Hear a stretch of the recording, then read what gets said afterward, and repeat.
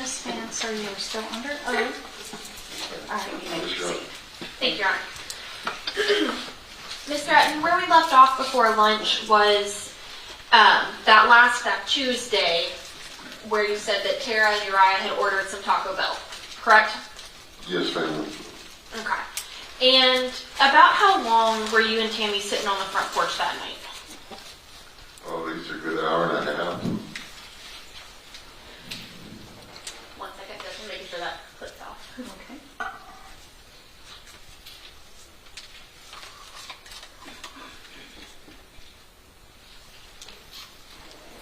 Needed a computer charger. All right. And after you left, or when you left, where was everybody, to your knowledge? Tara and Uriah was inside still, and Tammy was on the front porch fixing to head in. Okay. And where did you go? I went back to my house then, because I had run to the store and picked up some groceries, but nothing was needed to be in the refrigerator, so I had time to sit out there and talk for a while. And once you got home, did you and Tammy talk at all that night? Just for a little bit, we text back and forth. And on a typical day, how much contact did you and Tammy normally have? We text quite a bit. And is that every day, kind of? Yes, ma'am. So, when you were texting with Tammy Tuesday night, how did everything seem? Everything was okay. She took and told me that, had texted me that Tara still had clothes in the washing machine and hadn't gotten ready for school, so. So was it more, kind of just more normal conversation? Yes, ma'am, just a normal conversation. And in the mornings, how do you and Tammy normally start a conversation? Who texts first, or how does that go? Whichever one of us woke up first in the morning, we'd always text and say, "Good morning, how you doing?" So. And did you text with Tammy Wednesday morning?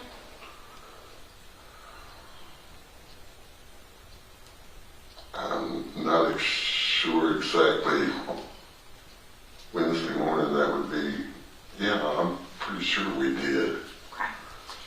And at that point, Wednesday morning, did you have any idea if anything was wrong at that point? No, ma'am. Okay. You already approached the witness? Yes.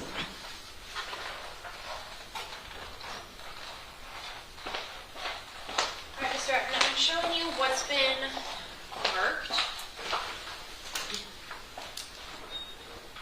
That states 493. Without telling me what it is, will you let me know if you recognize this? Yes. Is this a true and accurate depiction of what it's depicting? Yes, ma'am. Your Honor, state's going to move to admit states 493. Having to go to opposing. I already have a 493. Attached with the search warrants. No, remember we went back and fixed all of those numbers.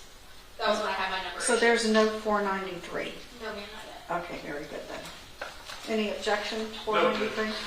Okay, 493 will be admitted. Thank you, Judge. And may I call it? Yes.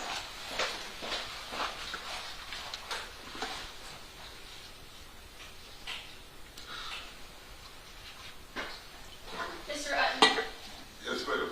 who is that? That's Tammy. And is that what Tammy looked like at the time of her passing? Yes, ma'am.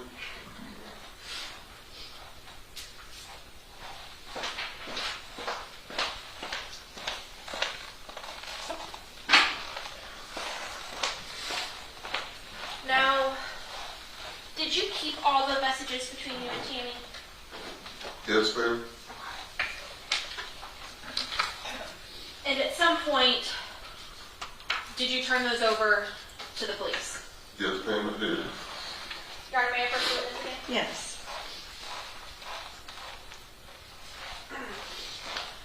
Mr. Utton, I'm approaching you with what's been marked as states 64 through 72.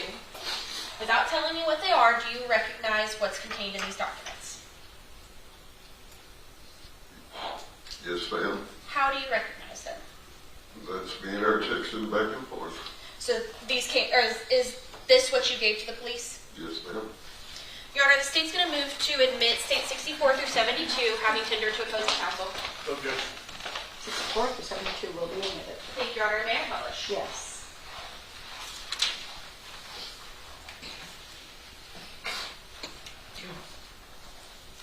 All right. I'm actually going to start and go backwards, Mr. Edmund. So I'm going to start with State 65, just so you can tell me what date and time that says there at the bottom. Tuesday at 9:33 p.m. Okay. And so the messages before that, would that have also been on Tuesday? Yes, ma'am. Okay. So I'm going to go backwards and go to our first set. So were these also Tuesday evening?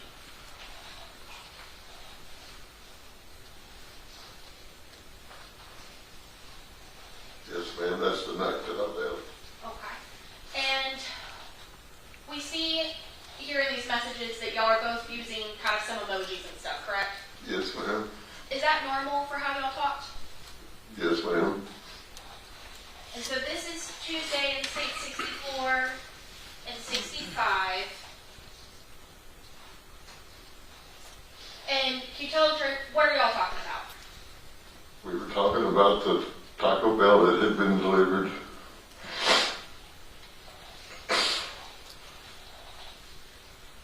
And we see it continues in State 66 and 67. Can you tell us what that timestamp is on this last message? Tuesday at 11:16 p.m. And is this Tammy just telling you good night?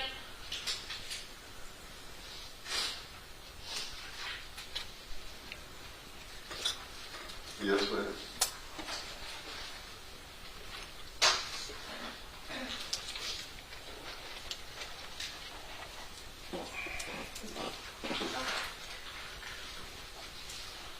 So can you tell me what that time and date stamp is on this, in the middle of this message? Wednesday at 9:26 in the morning. Okay. And is that the normal time that Tammy wakes up, or earlier or later? No, she would wake up earlier sometimes. Sometimes she'd sleep a little bit later. Just depending on how late that me and her had stayed up texting. Okay. So she didn't have a set wake up time, is that fair? No, ma'am. Pretty well. No, not really. Okay. So, at 9:26 this morning, what are y'all talking about?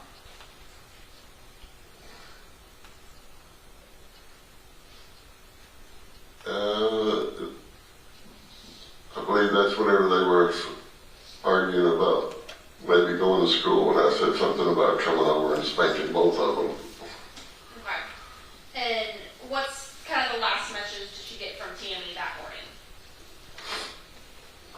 That everything was okay. Can you read that last message for me? The last one, Yes, sir. The last one's from Tammy. it says I'm laying in bed, Tara won't get her clothes finished. So, at about 9:30 Wednesday morning, you know that Tammy's laying in bed, correct? Yes, ma'am. Now, was there anything unusual about you and Tammy's communications on that Wednesday? No, ma'am. Just that, she was talking about getting her clothes done and everything.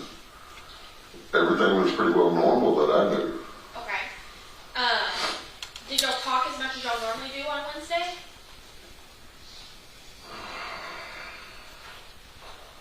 I showed you State 70. Does that refresh your memory? Oh, yes, ma'am, because she hadn't texted back. She Was was that talking about sleeping late, yes. so? Is that unusual for Tammy to not text you back? Yes, ma'am. Okay. And so, can you read us that timestamp at the top of this State 70? That was Wednesday at 6:16 p.m. Okay. And compared to those earlier filled with emojis or loving commentary as they were earlier? No, ma'am. I mean, they're pretty well normal, but, I mean, it wasn't,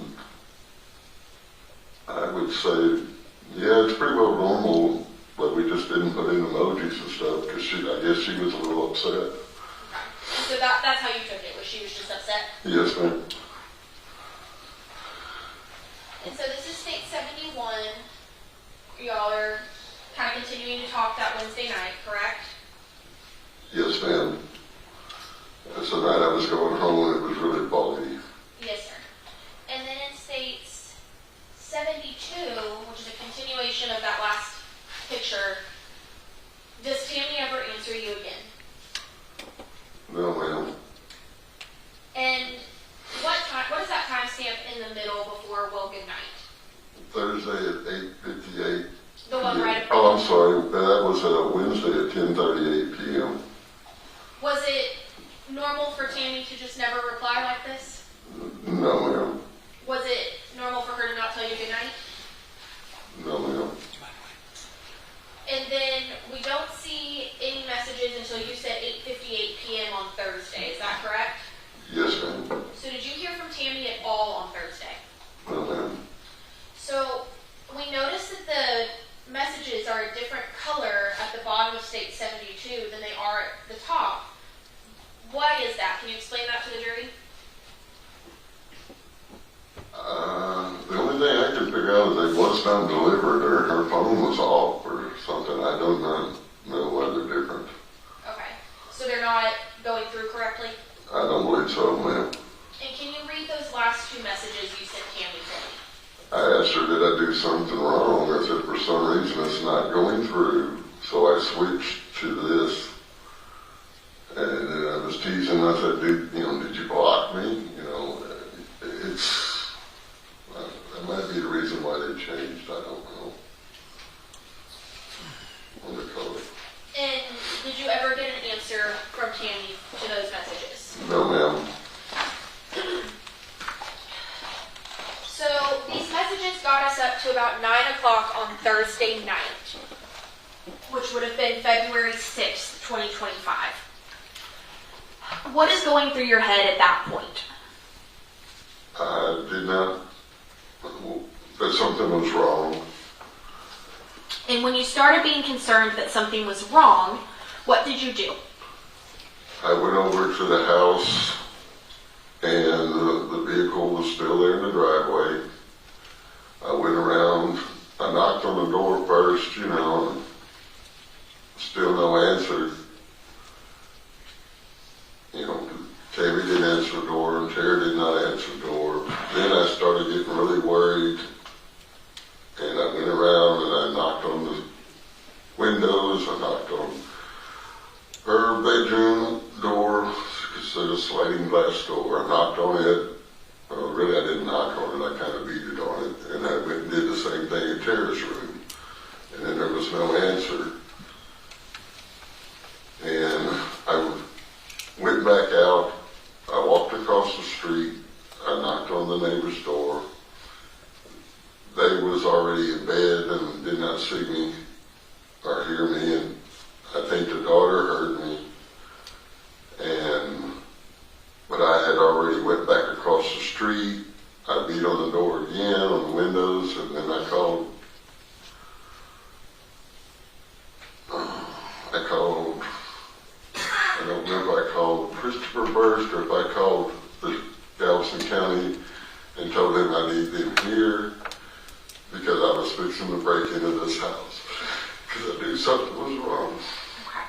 And just so we all are still following around, Christopher is Tammy's son, correct? Yes, ma'am. And that is Tara's dad, correct? Yes, ma'am. Okay. And why was it that you called Christopher that night? Well, I mean, he needed to know something was going on too. This is his mom and his daughter, so. And when you called Galveston County Sheriff's Office, why was it that you were calling them? Because I wanted them there because I was fixing to break into the house, and I did not want them to come rolling up and all of a sudden I'm getting thrown down and arrested, for breaking and entering, but was concerned, you know. So is it fair to say you were just informing the sheriff's office that you were about to break in? Yes, ma'am. Okay. And after you called the sheriff's office, did they arrive? Yes, ma'am, they did. Okay. Once they arrived, can you walk us through kind of what did you do? What parts of the house did you go to? We took him, they was walking around, they were shining the lights in the windows, and then they turned around and looked at me and they said, well, they're moving. I said, no, they're not moving. I was just here, you know, they're not moving. And I asked them, I said, can I look? And when I looked in, I seen stuff that was thrown up against the master bath because the bathroom door was open. There was a little foam mattress that it was up against it, and I knew all that stuff was not there. So you said you could see this from the master bathroom window? Yes, ma'am. Okay. And you said it was a foam mattress that was up against it? Yes, ma'am. Okay. What other parts of the house did you look in or try to open? I tried to, I'd already put my shoulder into the front door, but that oak door I know was not going to move because I helped install it. So and how, since you installed it, that helps too, how does that front door lock or unlock? It has a regular deadbolt on it, and it's kind of reinforced a little bit.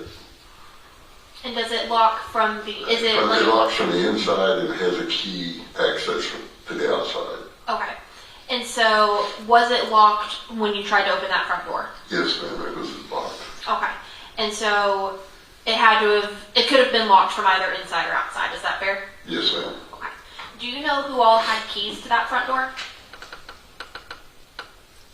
Well, Tammy and Tara, and then there was a third key, but it had been missing. Other than the front door, were there any other doors that you tried? Yes, ma'am. I went around to the back door, the sheriff that followed me then, and we tried to get it open because I broke out the little window that was in that door and reached in, but the washing machine had been turned over. It was blocking the back door. It could not be budged because it was up against the dryer too. And is that typically how that room is? No, ma'am. Is that door a door that can typically be opened and gone through? Yes, ma'am. It leads out to the backyard, to the little back patio area. So after you tried that back door and it was blocked by the washer dryer, where did you go next? I went back to the master bath and I broke out the window. And at that time, the sheriff department, they had my phone and was talking to Chris. And as soon as I broke out the window, being an old firefighter, I knew what was going on. I turned around and looked at them. I said, y'all need to meet me at the front door. And when you say being an old firefighter and you knew what was going on, what was it that told you what was going on? The smell that I smelled. Okay. And is it fair to say that in your previous profession, you had smelled that smell before? Yes, ma'am. Okay. And what did that smell mean to you? Somebody was dead. Did you go inside that bathroom? Yes, ma'am, I did. Okay. Can you tell me what you saw as soon as you got into the bathroom?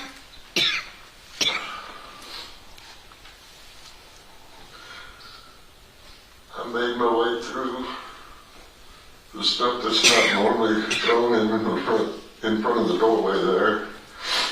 And since they had my phone and I didn't have a light, one of the sheriffs handed me their flashlight. And as soon as I pushed the little mattress back enough, I could look over and I seen that the safe had been opened. And when you say the safe, what kind of safe was that? It was like a regular, it's a regular safe, but it was big enough to hold rifles and personal items and stuff. So a pretty large safe? Yes, ma'am. Okay. And you said it was open? Yes, ma'am. And did everything look like it was in its place or out of place? No, ma'am, it was empty. And after you saw the safe, what did you see next? I turned towards where Tammy's bed and everything was, and I seen her laying there like if she was sound asleep. And I know when we talk about how a bed normally is, we have like a headboard and a footboard, correct? Yes, ma'am. How did Tammy typically sleep on her bed? She slept across the bed instead of towards the headboard and the footboard, because down at the end of the footboard she had like her telephone, the lamp, the charger and stuff was all sitting there on it's like kind of like a long, you would see a long table that's behind the sofa. So she slept with like the footboard to her left and the headboard to her right. Yes, ma'am. Okay. And so you said you looked towards the bed, and what position was Tammy in? She was laying on her back, like she would normally be sleeping.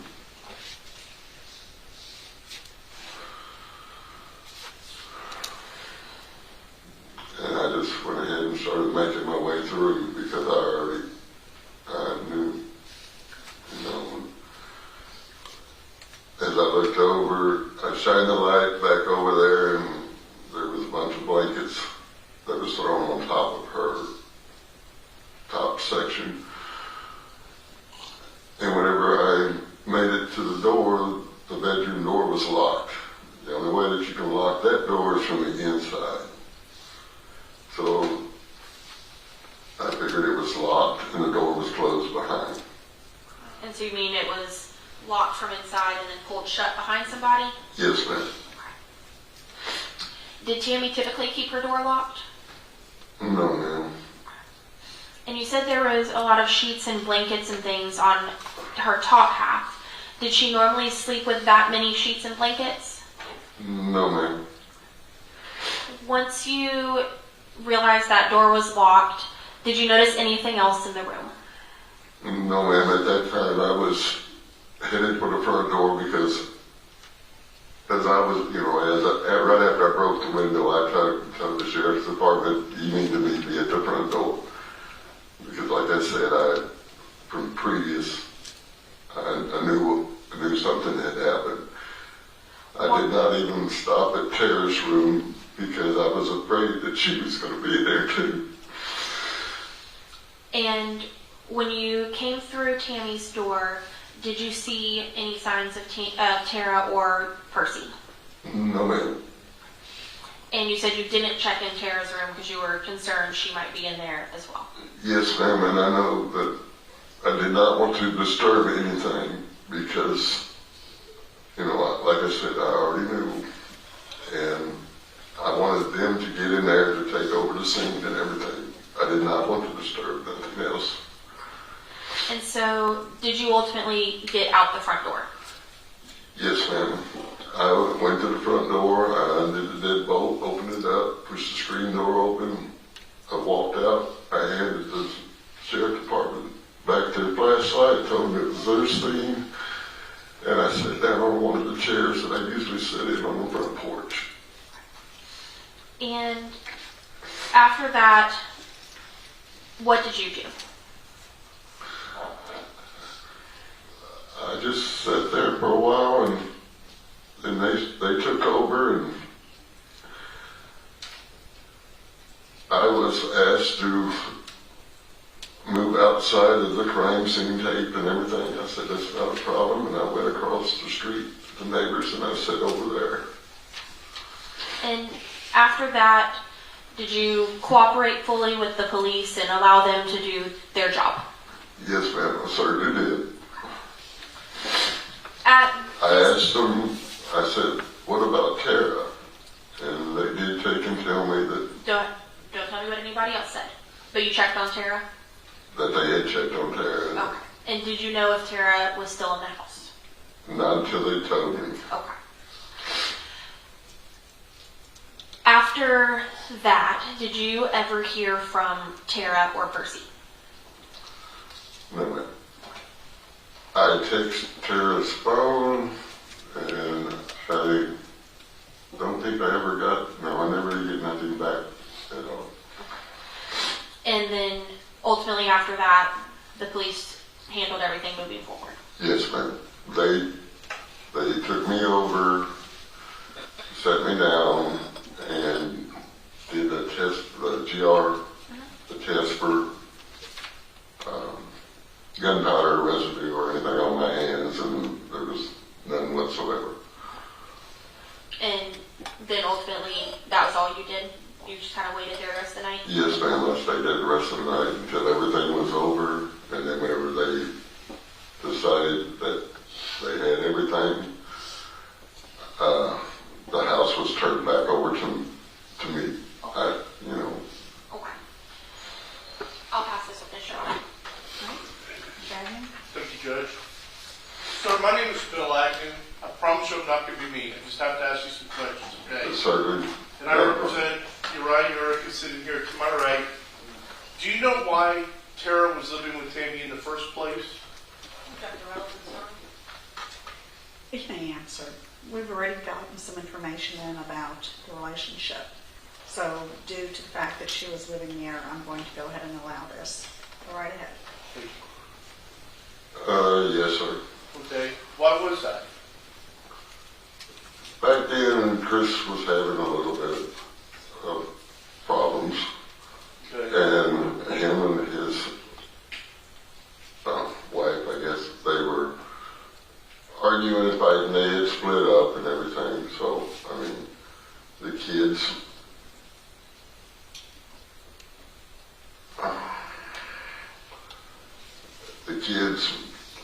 There was three of them, and the kids went like to different relatives and was living with them.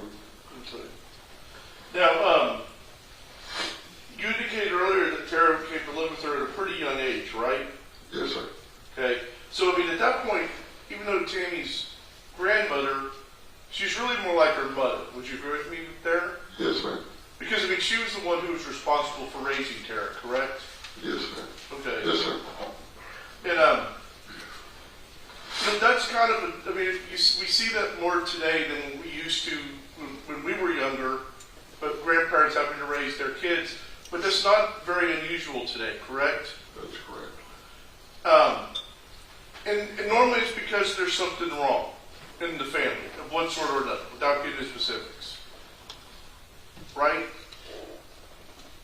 Yes, sir. Everybody's young and everybody makes mistakes, so. But I'm not trying to say anything bad about anybody, but just that's something that's become more common in today's world, right? Yes. Okay. Now, as far as the relationship between Tammy and Tara, she was 17 years old at the time Tara was, correct? Yes, sir. And 17-year-olds, especially girls, can be somewhat difficult, right? Yes, sir. I raised one myself. Right. And, that's kind of a tough age for anyone to have to deal with a teenager, boy or girl. I mean, when they're that age, they're wanting to be grown up, but they're not grown up. Yes, sir. And they're trying to test their limits. Would you agree with me there? Yes, sir. And my understanding, you can correct me if I'm wrong, is that Tammy was pretty stern or strict with Tara about what things she would allow her to do. On certain items, yes, I would say, but I also that, there was things that she was lenient on, too. Okay. What were the things that she was strict about? Mainly going to school and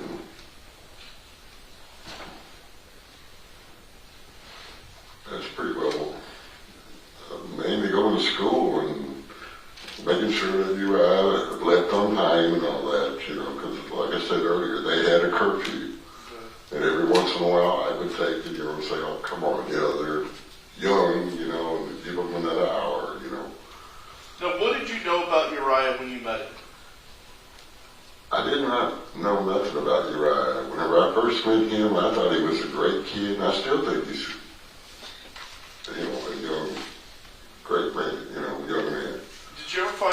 more about his background or not? Not really that much. I knew that there was a little bit of problems there at his house too, so. Were you aware that he was homeless at the time that this occurred?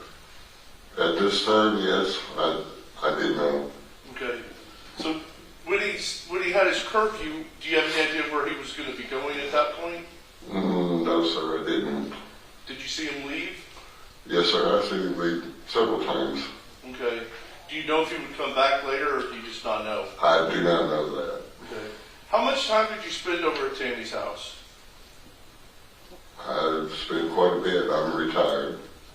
Did you ever stay the night there? Yes, sir. Okay. I mean, did you do that a lot, or a little, or just sometimes? At first, it was just a little bit, and then after we got romantic and everything, yes, I stayed there quite a bit. When you get to stay there, you got to see more of the dynamics between Tammy and Tara. Is that right? Yes, sir. Did kind of as things went on, did things become contentious between them? No, not a, nothing that I could really tell. It was like normal. They didn't argue or have disagreements? Just mainly on, like clothes or going to school. Sometimes, I never heard it, but I don't know if I can say it. Tara wanted, I don't know if I can say this, Tara wanted him like to stay or like have a room there, and Tammy was not going to have that.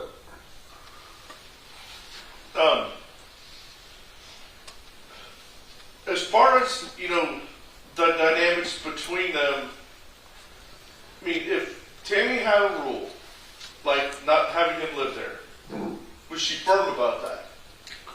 Well, yes, sir. Okay. And she did not want Uriah to live there, correct? They were still too young, But she didn't want him living there. That's correct. Right? That's correct. Okay. And that's understandable. I'm not trying to badmouth her. I don't mean it like that. But that was something that made Tammy upset, right? Not Tammy, Tara. Sorry, Tara. Well, yes, I would say it probably made Tara upset, yes. Because Tara was 17 and thought she was in love, so she wanted to spend time with Uriah, correct? Yes, sir. I mean, that's normal Right. for a 17. That's normal for a 17-year-old, yes. So she would get angry at Tammy for not letting him stay there. Is that correct? I imagine so. Did you ever see that? No, sir. I never really did see them argue or fight. Just little things. Like are you clothes done, rooms cleaned up. Okay. Well, now, as far as Uriah goes, were there any problems between Uriah and Tammy? At one time, he raised his voice once, and I said, that's not going to happen again. That's not going to happen. And we had talked, and, so. Was there ever a problem with that again? No, sir. Not that I know of. Would it surprise you if Tammy had told people that she felt like her grandmother abused her? Yeah. So you never saw any signs that indicate that she abused her? No, sir. Okay. If anything, she was giving her and trying to help her get everything that she wanted, Now, we talked about the safe being open. Was it a safe that you had to have a key to open, or was it a safe that you had a combination to open? A combination for sure. Okay. Do you have any idea whether Tammy had ever shared that combination with either Tara or Uriah? No, sir, I don't. You don't know? I don't know. So they might have had it, they might not have. Correct? Correct. Okay. Now, as far as the guns go, her first husband was a gun dealer, correct? Yes, sir. And so he had a lot. Her only husband, yes. But he had a lot of guns. Yes. He did. And how restrictive was Tara with either or Tammy? How restrictive was Tammy? I'm struggling with these. how strict was Tammy with Tara and Uriah about using the guns? As far as I know, they wasn't supposed to be touching them at all. Okay. Do you have any idea whether he was ever allowed to go use them to go hunting? No, sir, not that I know Okay. Was that something you think you would have done? of. No, I don't believe so. I don't believe she would have let anybody take one. What I'm asking is if he had taken them hunting, is that something that you think you would have known? Would you have known that he was able to do that? If he was allowed to? I imagine if he was allowed to, yeah, I imagine I would probably know about it too. Okay. And you're saying you have no knowledge of that of any kind? No, sir. Okay.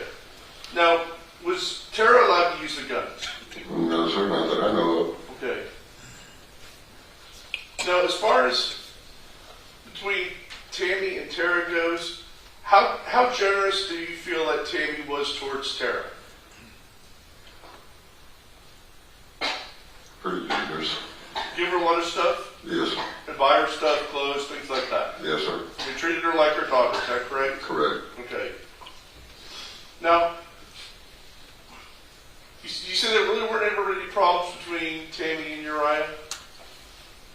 Not that I know of. Just the one time, he was a little upset and the voice got raised, and I said that will not happen no more.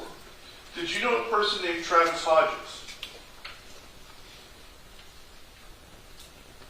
No, sir, I don't recognize that name. You never met him? I don't believe so. Okay. Now, in talking about Tammy, did Tammy have a prescription for hydrocodone or painkillers?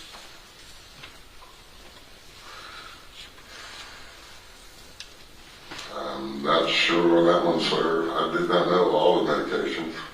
Do you know if she took painkillers?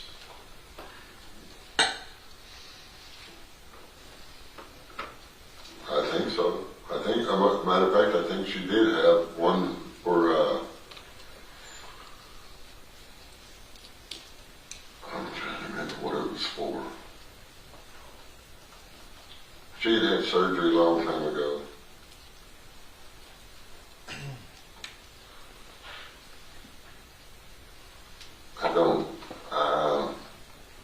I could not answer that, to be honest, sir. Okay.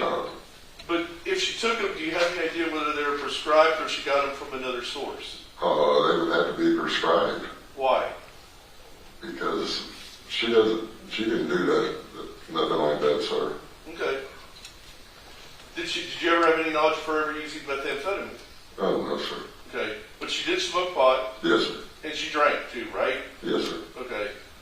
Now, had you ever seen her in a situation where she was around either Tara or Uriah and she was impaired? No, sir. Never? Okay. No, sir. Did you ever see her taking painkillers to the point that you felt like she was impaired and shouldn't drive? No. Okay.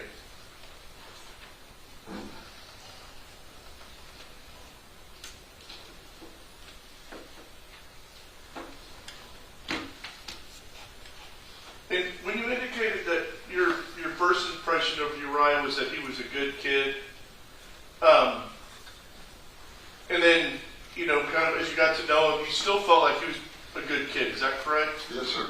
And you're really familiar with what his background was like prior to coming over there? No, sir. I did not know him. Did you ever have any dealings with anyone in his family or anyone like that? No, sir. No? I think he did introduce me to his mom once, and I said hello. Okay. Was she over there?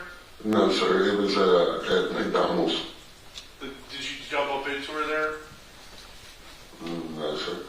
Not- Up at the McDonald's, they was coming to pick up Tara. Okay. So his mother was with him to pick up Tara? Yes. Okay. And how long ago was that?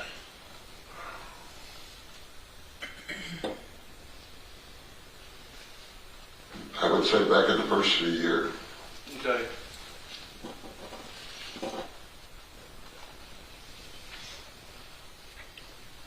Now, as far as Tara goes, I mean, how often would she leave the house?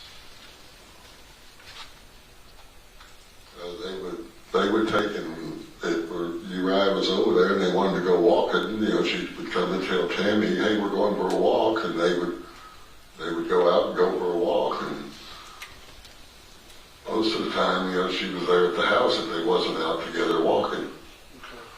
Did she go out to, like, let's say, go see movies, go to the mall? Did she do things like that or not?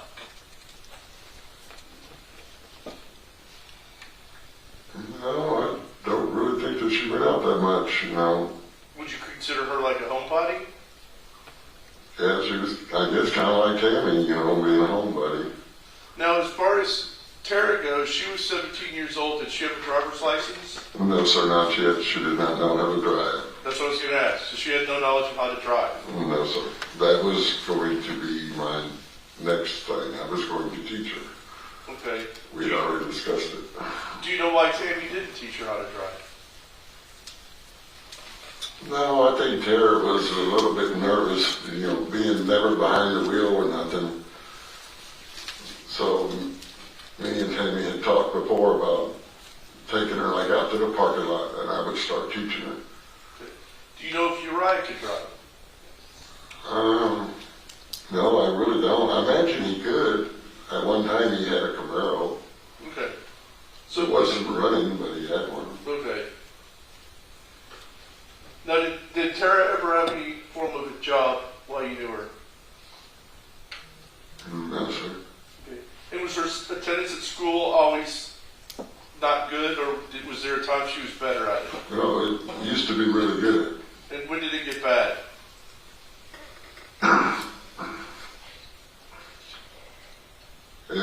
I would say probably really about a month before all this happened. Do you know if she was ready to be done with school? I think I heard something before.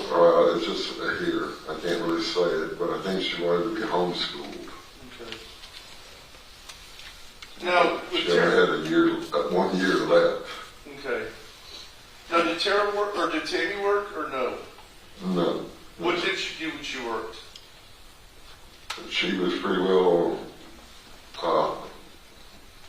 the mom, the housewife, the stay-at-home mom. Okay. And after her husband died, how did she support herself financially? She was like receiving his check. Social Security? Yes. Okay. And did she have a lot of money, or did she not have a lot of money? Supposedly Butch had JC, her husband, had been saving money and it was saved up. Okay. Was it like a savings account, or did he have it in the safe? I imagine there was some of both. Okay. Because he did tell me once before that he had money at the house. Okay. And do you know, would Tammy, would she share that money with Tara, or do you know? I do not know, sir. I mean, I know that, if Tara wanted something, then Tammy would always try to figure out a way to make sure that she had it. I mean, if Tara's not working, if she's going to get any money, it's going to have to be from Tammy, right? Yes, sir. At 17. Yes, sir. Okay. Do you think that Tammy supported Tara well? Yes, sir. Okay. And did she try to give her everything she could? Yes, sir. I'll pass the witness, Judge. No further questions, Ms. Thank you. Commissioner. Sir, you may step down. Call your next witness. The state would call Investigator Dean Crow, Your Honor. Okay.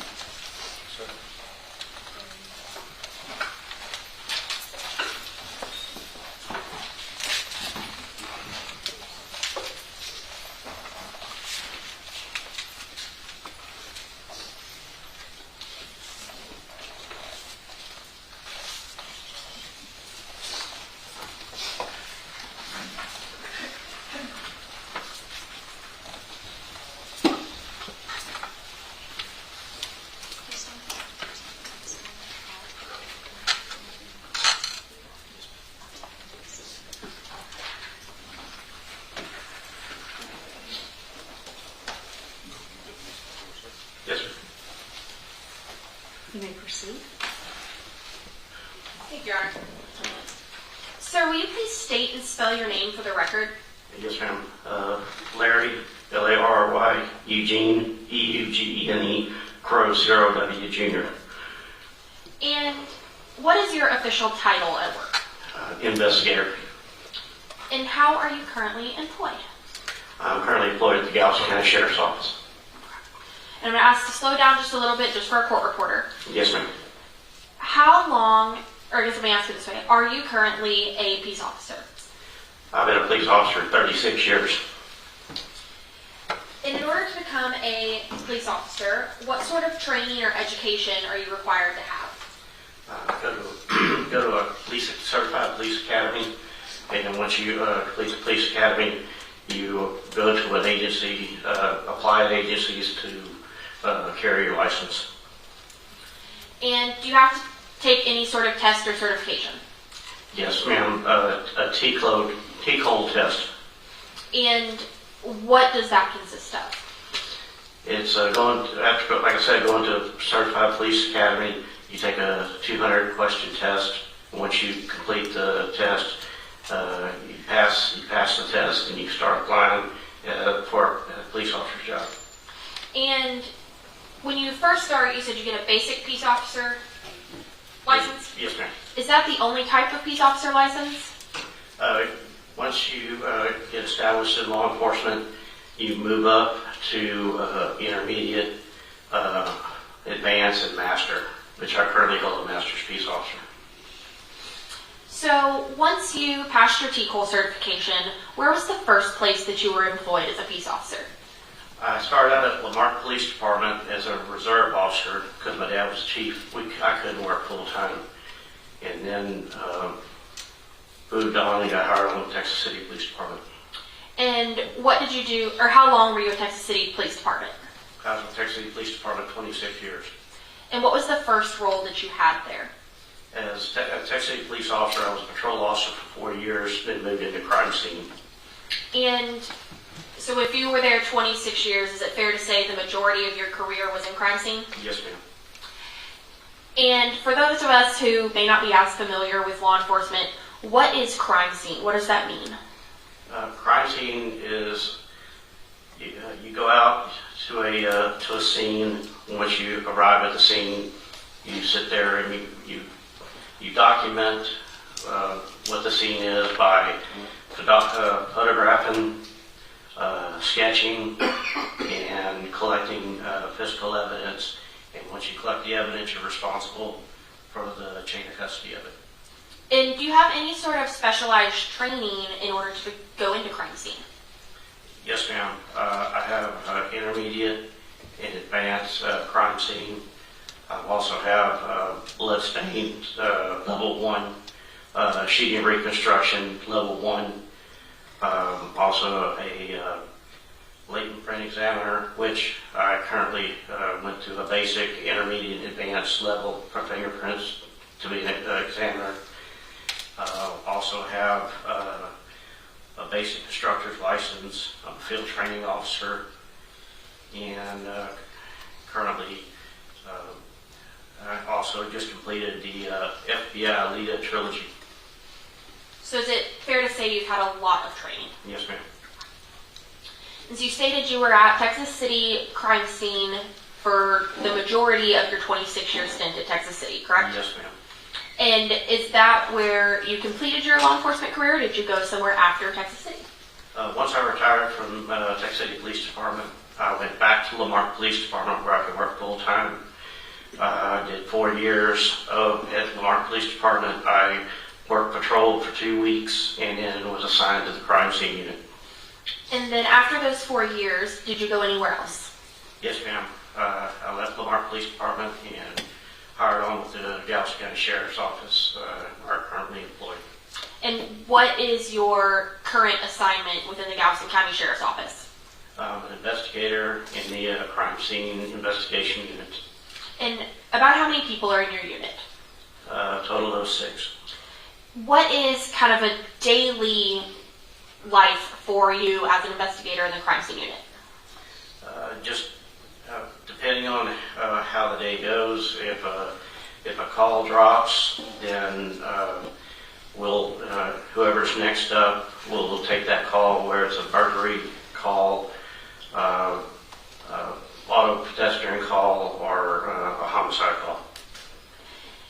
When you get assigned to go to a call, do you handle it as one investigator does everything, or do y'all have more of a team approach? When it's a major scene, it's a team approach. I want to, before we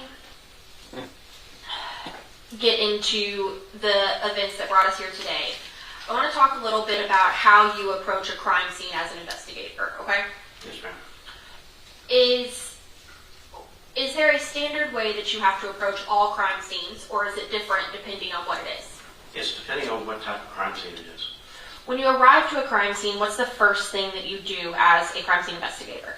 As a crime scene investigator, the first thing I do is I go to the primary officer that's working the call. I get that officer, for him or her, to brief me on what they have, what they learned on the investigation. So then I can go ahead and do a walkthrough of the crime scene and figure out what equipment I got to start pulling from my unit to start working the scene. Once you do that, how do you start documenting a scene? Is there a certain way that you approach that? Yes, ma'am. What I usually do is, once I get all my information, I get my camera. After my walkthrough, I get my camera and I start doing my photos, starting from exterior and working myself into the interior of the crime scene. And when you're taking these photos, are you taking a few photos or many photos? Many photos now. Why is it that you are taking many photos? You can never take enough photos, especially now with the digital cameras. You never have enough pictures. After you do that initial documentation of photos, what is the typical next step that you would do? Once I complete the photos, I'm looking for the evidence that's pertinent to the case. And once I find that evidence, I start placing what they call evidence markers, their numbers, and start placing them on the pieces of evidence that I'm going to collect. And what do those markers look like? They're just yellow tints with numbers on them. And do those numbers correspond to anything in your documentation, or what do those numbers represent? They represent the items that I'm going to collect, and the item that I'm going to collect has that particular number assigned to it. So once you've tinted everything, what is the next thing that you do? I retake my photos with the tints in them, and once I complete that, then I do a rough sketch of the scene and do measurements of the scene. But now we have a system called Faro, which is a 3D scanner, and we'll set that Faro up. And once we set the Faro up, if I set it in this room, it'll do a complete 360 and completely do a diagram of this room and get all the measurements. And then after you've completed those second round of photos and then either a sketch or a Faro scan, what is the next thing that comes in the crime scene investigation? I start collecting my evidence, and I'll either place it in a 6x9 envelope, 9x12 envelope, or a brown paper bag. Is there a standard way to approach collecting evidence, or is there a strategy? How does collecting an item work? How does it look? First of all, before you start collecting, you obviously have gloves on, and you once you got everything documented, you just pick the item up, put it in the whatever item you're going to package it in. You just seal it and either put evidence tape on it or just use the tape that's on the envelope until you get it to the office. And do you make any sort of markings on those packages? Yes, ma'am, I do. What do you put on there? I do the date, the time, and the location that I picked the evidence up and what the evidence is. Now, once you've collected all the evidence on the scene, what happens to that evidence? It's later transported to our processing lab where it is vouchered in our computer. And once it's vouchered, it's turned in to the evidence text, which at that time we will meet with the detective working that scene, the lead detective, and figure out what items, if there's any items, to be sent to the lab for testing. When you say sent to the lab for testing, what lab do you send things to? We send our items to the Houston DPS lab, Department of Public Safety, or Austin Department of Public Safety. And when you say sending things to the lab for testing, what sort of testing do you send items for? It's either going to be for DNA purposes, to analyze it, if there's blood on the evidence. We can send it to Austin for fingerprints, if we get them to fingerprint it. But we usually do it ourselves. But that's what we can utilize the labs for. Do they also do things like biology and firearms and things like that? Yes, ma'am. Is it fair to say the crime lab tests a lot of things? Yes, ma'am. And you said you meet with the detectives to determine what things get sent to DPS. Is that correct? Yes, ma'am. So, how is it ultimately the detective's decision, or is it a group effort to decide what things get tested? We try to have a group effort where it involves the district attorney that's involved in the case, along with the detectives, and then we only have a certain amount of items, which is 10 items, not counting the knowns, which is buccal swabs from the either suspects or victims, and we have send those particular items to the lab. And when those items come back, if we need to send more items, then we can send more items. I want to bring your attention. Bless you. Bless you. Thank you. I apologize. I want to bring your attention to February 7th of 2025. Do you recall that date? Yes, ma'am, I do. What were you doing on that day? I was actually, at that time, it was about 6 a.m. I was getting ready for work. I get a call from my sergeant advising me to respond to, I believe it's 4723 15th Street in Bacliff. And it may sound silly, but can you tell me what county and state that's in? It's Galveston County in Texas. And so did you respond to that location? Yes, ma'am, I did. When you arrived there, what type of location was that? If I remember correctly, it was a residential area, residence. Once I arrived on the scene, the investigators were already there prior to my arrival. The investigator, Rachel Martin, was already on scene, so she was the lead investigator at that scene, and she at that time assigned us different tasks. And that's going to be my next question. So when somebody is the lead investigator, what is their role and how is it different from the rest of the investigators? The lead investigator is the one that takes the case, and they look, like I said, they're the ones that give the assignments out of what necessarily needs to be done to get that case worked properly. And you said that Investigator Martin was the lead and she gave out assignments, correct? Yes, ma'am. What assignments, if any, were you given? I was given the first assignment was the Pharaoh 3D scan assignment. And did you complete that Pharaoh 3D scan? Yes, ma'am, I did. Okay. What was your next assignment? My next assignment was to go into the living room and collect some items that were already marked, the evidence markers, and get them collected. Okay. And did you take any photos? I did later at my next assignment. Okay, and I apologize, I didn't mean to get ahead of you. No. So, you collected the evidence. Yes, ma'am. What evidence did you collect? It was going to be some cards, like credit cards, some papers, there was a purse with red droplets, which appeared to be blood, and there was a couch, and behind the couch was a wallet and a small, clear baggie with a green leafy substance, which appeared to be marijuana. One second.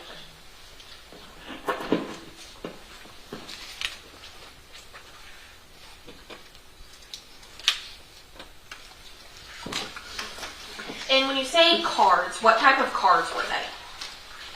I believe they were, I want to say they were credit cards. May have been, I have to go back and look at my report. Would looking at your report help refresh your memory? Yes, ma'am. Go ahead, feel free to look and then just look up at me once you feel refreshed.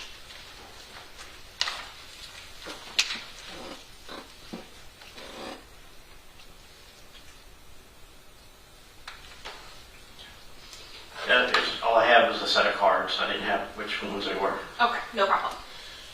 And then the next item, or one of the other items you said was a purse, correct? Yes, ma'am. What did that purse look like? It was a white purse with, it also had some red droplets, which appeared to be blood. And then behind there was a couch, and right behind that couch was a blue wallet and a clear plastic bag, which appeared to be marijuana, gray leafy substance. And then the last thing I collected was a loaded magazine that was between a bedroom and a kitchen. Now, when we're standing in the living room, what is the status of the living room? What does it look like? It was it looked like it was kind of ransacked. It was unkept. Was there anything else in the floor or left around that seemed out of place? Not that I can recall, ma'am. And then after you go through the living room, what is the next thing that you do? My next item was a bedroom which faced the northeast direction of the residence, and it belonged to a Tammy King. I was advised to photograph and document that room, which at that point, as I started photographing, I observed there was a pillow, there was a desk. Under the desk, there was a pillow with red droplets, which appeared to be blood. There was also a cell phone that was sitting on a chair next to the desk. So I noticed that, and once I noticed that, I put my evidence markers down on that, and then photographed that, and then collected those items. And did you also, or I guess after that, what did you do? While I was still trying to complete that task, my sergeant came in and pulled me to go outside to the backyard. There was a chair that was at the fence area, and near that fence area on the cushion of the couch there appeared to be a foot impression. So he wanted me to photograph that and document that. So at that point I photographed it. I used a scale to photograph it, and then I went back in and finished up my processing of that bedroom. And let's talk about that bedroom. What was kind of the status of that bedroom? What did it look like? That bedroom was really unkept. Was it more or less unkept than the rest of the house? It was both. Okay, what do you mean? It seemed that room was really unkept. The living room was like stuff was just moved around. So earlier you stated that the living room looked ransacked, correct? Yes, And then this bedroom, did it look ransacked or did it just look messy? it was messy. Was there a few things or a lot of things inside this bedroom? A lot of things. And ultimately, did you take bedrooms of all of these locations that you just talked to us about? Yes, ma'am. Your Honor, may I approach the witness? Yes.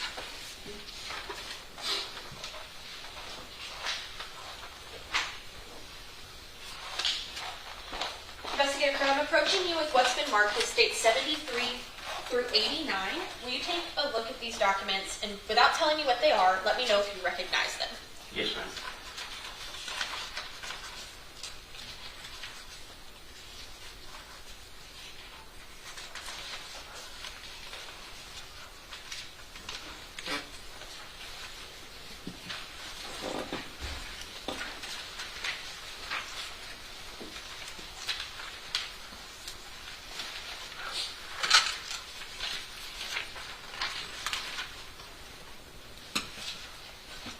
Yes, ma'am. How do you recognize them? I took these photos. Okay. And are they a true and accurate depiction of what they purport to be? Yes, ma'am, they are. Have they been altered in any way other than the evidence sticker added by the state? No, ma'am. Your Honor, state moves to admit states 73 through 89, having previously tendered to opposing counsel. No objection. State 73 for 89 will be admitted. And may I publish, Your Honor? Yes, please. Now, Investigator Crow, when I spoke to you earlier, I asked if you take a few or many photos, correct? Yes, ma'am. Now, 73 through 89, is this all the photos you took or just some of them? Just some of them, ma'am. But do they give a fair and accurate depiction of the overall scene that you saw? Yes, ma'am. In state 73, can you let us know what we're looking at? That's going to be the living room area. And can you tell us what we see here in the middle of the floor? Right there, ma'am. Yes, sir. Looks like a bag of dog food. And when you go, we see that there's a doorway straight ahead. Are there any other doorways inside this room that you know of? Just the front door leading to that the kitchen area. And is that the kitchen area straight ahead? Yes, ma'am. And where was it that you located the cards, the purse, the wallet, those sorts of things? It's going to be right in that area, ma'am. So kind of on the other On side the, of on the floor, yes, ma'am. On the other side of that table. Okay. There'll probably be more in Investigator Martin's photos. 'Cause I just started my photos from outside and worked myself into the bedroom. Yes, sir. And you stated that you started taking photos after some of those items had already been collected, correct? Yes, ma'am. You stated after the living room, your next location was the room you knew to be Tara's, correct? Yes, ma'am. Now, if you walked through this door in state 73, what direction would you need to go to get to Tara's room? Walk through that doorway, you're going to go to the immediate right. Okay. And to the immediate right, is there only one room there, or are there more than one room? I want to say there's more than one room. More than one room. But you weren't assigned to go to any of those rooms? No, ma'am. Okay. In state 74, what are we looking at? It looks like it's going to be the entrance into the bedroom, Tara's bedroom. And here it looks like we get a little closer in state 75. Is this what you meant by you kind of worked your way in? Yes, ma'am. I got a full view of the door, then I started working myself inside. Yes, ma'am.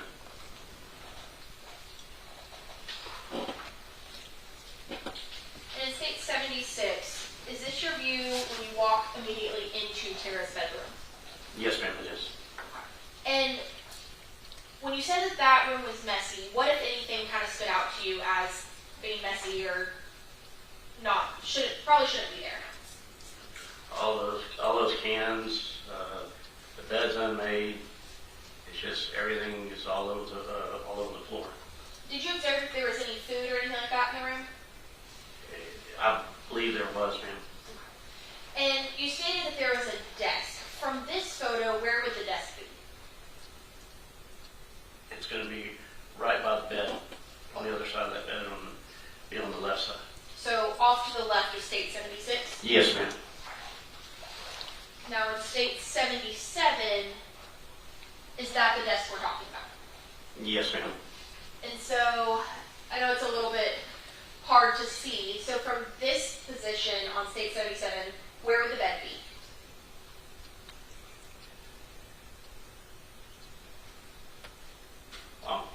I'm sorry, that's going to be the dresser area. The bed's in front of that. Okay. Is that again in state 78? It's just another picture of that dresser. Okay, so this is across from the bed, correct? Yes, ma'am. Okay. I was trying to work myself around to that location. Yes, sir, of course. Now in state 80, what part of the room have we gotten to? That's getting right there in the area of the desk, ma'am. Okay. And was this part of the desk pretty cluttered, or what did you think of this? Yeah, very clever.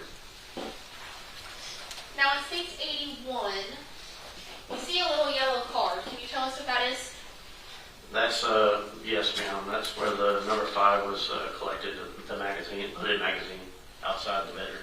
And are those the yellow tints you were talking about earlier? Yes, ma'am, it is. So is this from inside Tara's room looking back out? Inside Tara's room, outside, it's going to be a little hallway right there. Now in States 82, where did we move to? The move past the bed. On that left side is the desk and the chair. And so in comparison to this photo, where would the bed be? Should be right next to that chair. So on to the the right hand side. Perfect. So to the right hand side of States 82. Yes, ma'am. In States 83, what are we looking at? That's where I observed the pillow with the red droplet, which appeared to be blood. Did you observe anything else odd or of note under that desk? Individual bottles like that. Could you tell what it was or what it looked like? It is a yellowish liquid. And is that what we're looking at in States 85? Yes, ma'am. It's just more. And from your training and experience, did you have an idea of what was in these bottles? We were later told it was urine. And does that look consistent to what you know would be urine? Yes, ma'am. And in States 86, is it showing us just a little bit of how messy things are? We see some food in the top right corner. Yes, ma'am.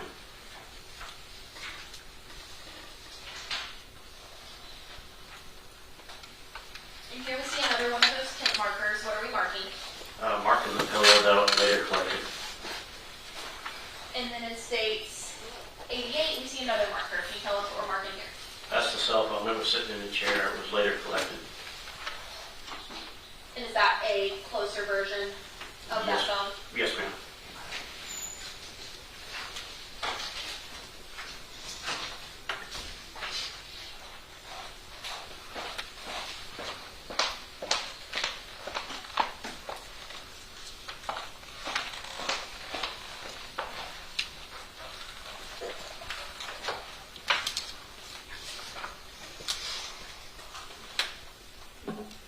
So after you took those photos and collected the items, what all items did you collect inside Tara's room?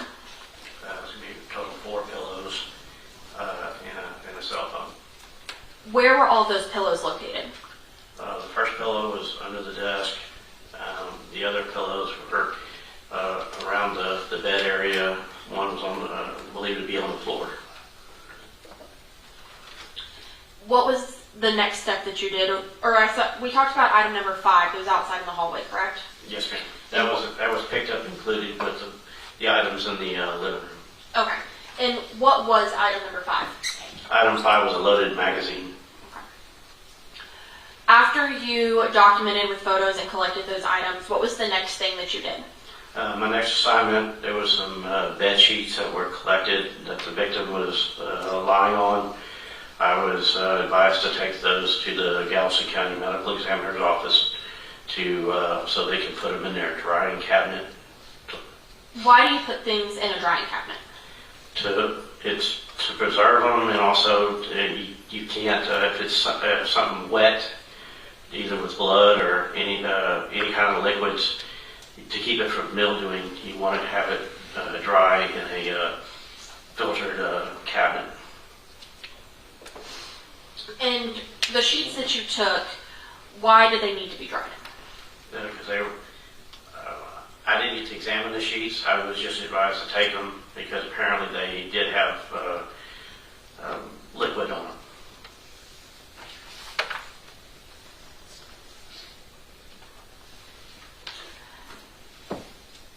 And after you took the sheets to the medical examiner's office, what was your next step?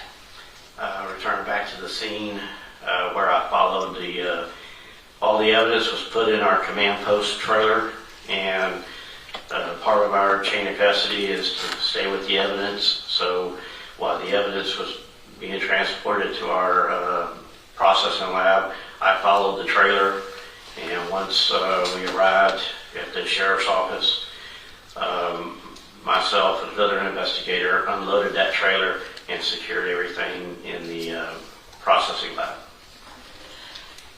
Once you did that, did you have anything further to do with this investigation? No, ma'am. I'll pass this witness, Your Honor. Thank you. My name is Bill Agnew, and I represent Uriah Urick, who's sitting here to my right. Yes, sir. The room, you searched Tara's room. Did you also go in and search Tammy's room, which is the alleged victim? The victim's room I did not have any part of. No, sir. Okay, so you were just in charge of Tara's room then? Yes, sir. Do you have, when you look at, you've got a pillow that's got blood on it that's under a desk. Do you have any idea how that got there? No, sir. Or why the blood's there? No, sir. Okay. Or whether it's related or not? No, sir. Right. Okay. And then, when the shoe impression that you said you got outside, what was the purpose of that?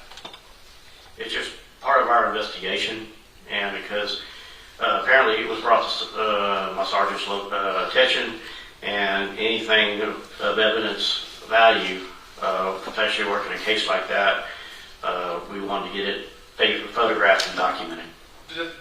As far as you know, did that have any bearing on anything that had happened here or answer any questions? Not that I recall. Not that I know of, sir. Okay. When you said you put in, I don't remember the term for it, but the 360 camera that you do? The Pharaoh, yes, sir. Pharaoh, okay. Did you do that as well in Tara's room or not? All rooms were done, yes, sir. Okay. And is there anything about the Pharaoh that answered any questions or led to anything? Yes, sir. Okay. I'll pass it on. Anything further? I think we're going to Your Honor. Thank you, sir. You may step down. Thank you, ma'am. Call your next witness. I think we call Andy Shamir.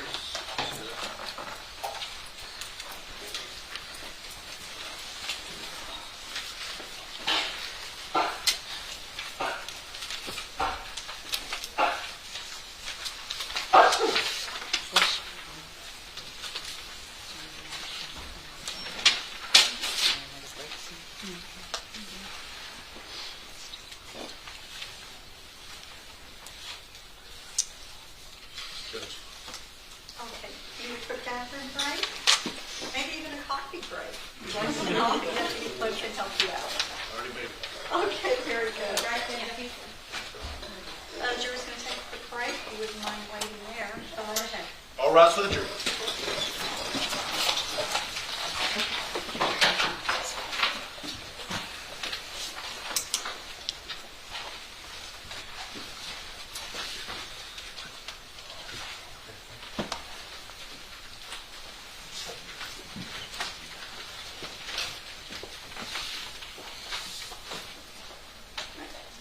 Court stands in recess for a quick break. Lawyers, does anyone need coffee? I would love coffee. Okay, I can try to make a pot. Jeremy, you want some coffee?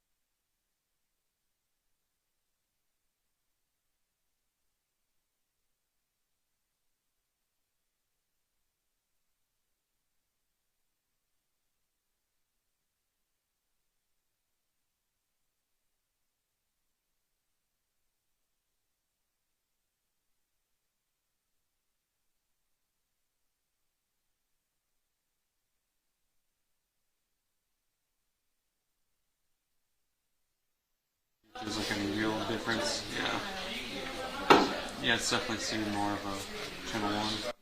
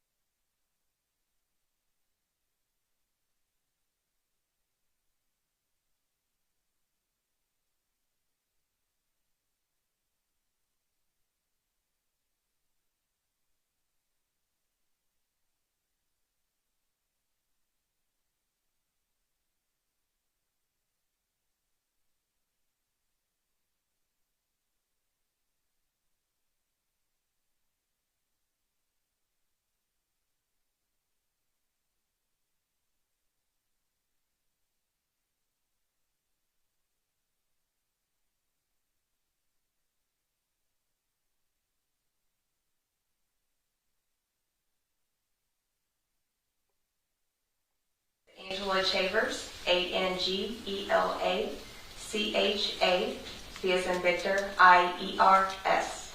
And how are you currently employed? I am employed with the Galveston County Sheriff's Office as a crime scene investigator. And so is your official title investigator? Yes, How long have you been in law enforcement? for almost 5 years. And did you start at the SO? I did. How did you start? What position did you start in? I started out on patrol, and then I moved into crime scene About how long have you been on crime scene? for a little over a year and a half. In regards to this case, how did you get involved in the investigation? I was contacted by Investigator Martin. She was training me at the time. And sort of walk us through what happened when you first got on scene. When I arrived on scene, I made contact with Investigator Martin, and then we did a walkthrough with our deputies. And what did you do next? After that, we left the house, and then we started dividing out tasks. And Investigator Crow has already sort of testified as to what his tasks and assignments were. What were yours? in regards to My tasks and assignments were to assist with evidence collection and then video the scene. So, can you sort of describe to the jury how you video the scene? Yes, so the way we video the scene is going to be similar to how we take photographs. So we'll start with our overalls, and then we'll go into mid-range photos and close-up photos. And as we enter each room, you'll see we'll go from corner to kind of pan the room, so that way you can see all perspectives of the room. And was that performed in this case? Excuse me? Was that videoing performed in this case? Yes. Your Honor, may I approach? So, Investigator Chavers, I'm going to show you what's been marked as States 93. Do you recognize it? I do. What is it? It is a thumb drive with the video footage that I took. And have you reviewed that? I have. Do the videos appear to have been tampered or altered with in any way? They do not. And do they fairly and accurately capture the events and the scenes as they were at the time of the recording? Yes. Your Honor, this time say we move to admit States 93. No objection. Case 93 will be admitted. May I publish? Yes.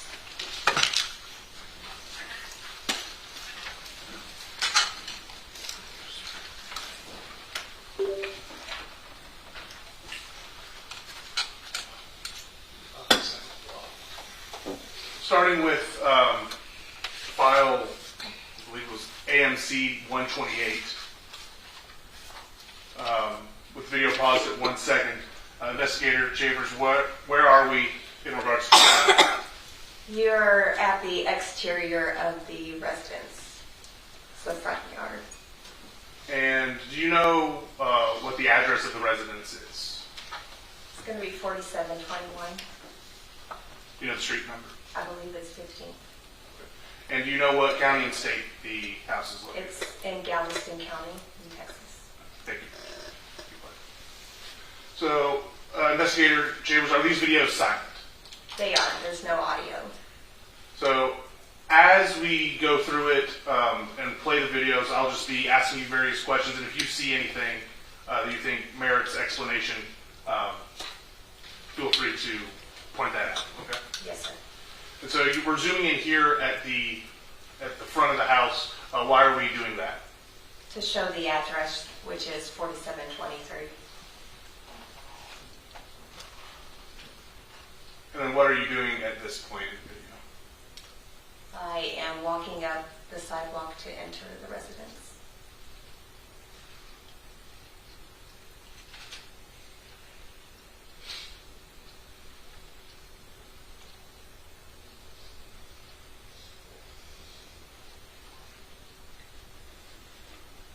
On the front porch that we see here, is there anything of investigative value that y'all were able to see?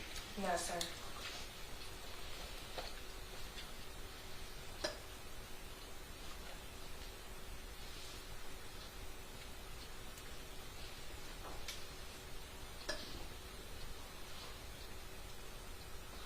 see zooming in on the screen door here, why are you doing that? I am doing that to show whether or not there has been forced entry made. And based on how it appears, does it appear that there was forced entry? No, sir.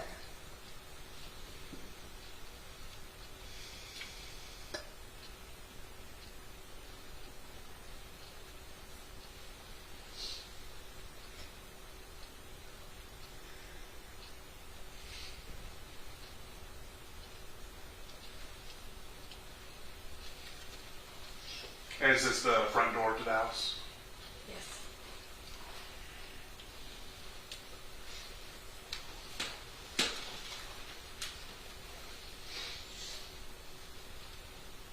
Does there appear to be forced entry on that screen door? It does not.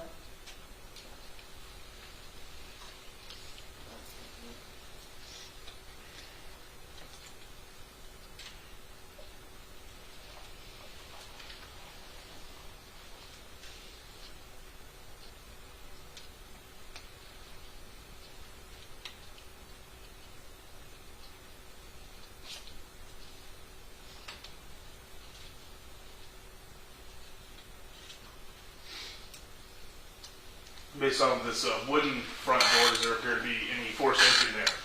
No, sir.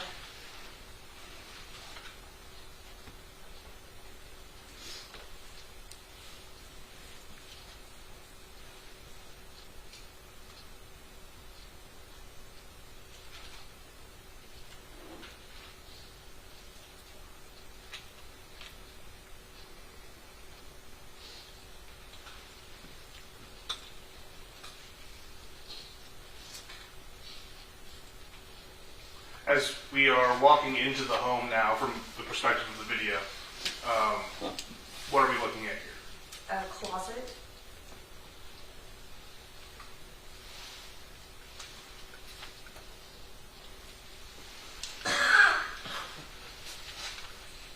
And so, for the purpose of the record, AMC 0128 just ended. We'll now be playing AMC 0129. Does there appear to be anything important of note in the closet? No, sir. Now, as we kind of move into the house, I kind of want to discuss the process of taking these recordings. Are they all continuous and get broken up into separate files, or are you pausing the video and then restarting it manually from your camera? They get broken up into separate files. There is one portion where the battery does die, so I have to switch it out. Okay. And would you be able to point that out when we reach it to the Yes. So, well, what are we looking at now? We are looking at what appears to be the living room. And on the couch, what do there appear to be? Rifles.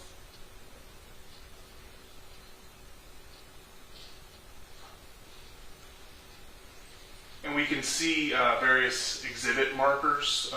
Were those there when the sheriff's office originally arrived on scene, or were they placed there by other detectives?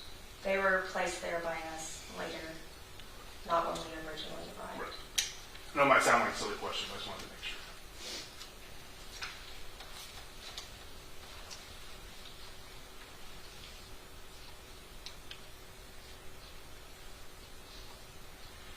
We do see what appeared to be was it a bag of dog food? Yes, There. it appeared to be a bag of dog food. Is it closed? Has it spilled? Like, what's the status of it? It appears to be open.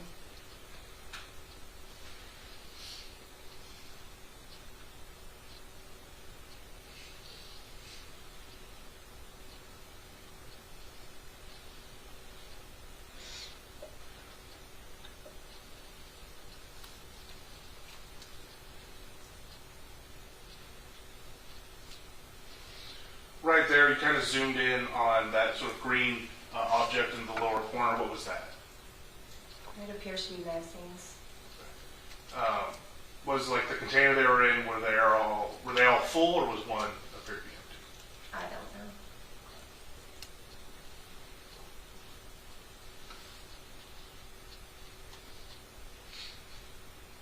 And not the magazines themselves, but like the actual physical pockets. Like the pouch. Yes.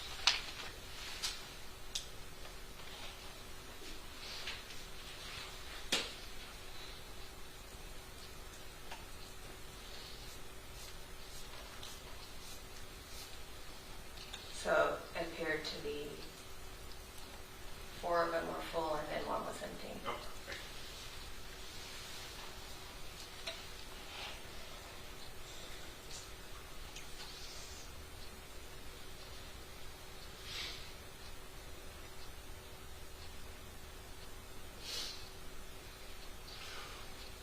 Do you know if these firearms were found on the couch like this, or were they placed there by investigators? They were placed there by investigators.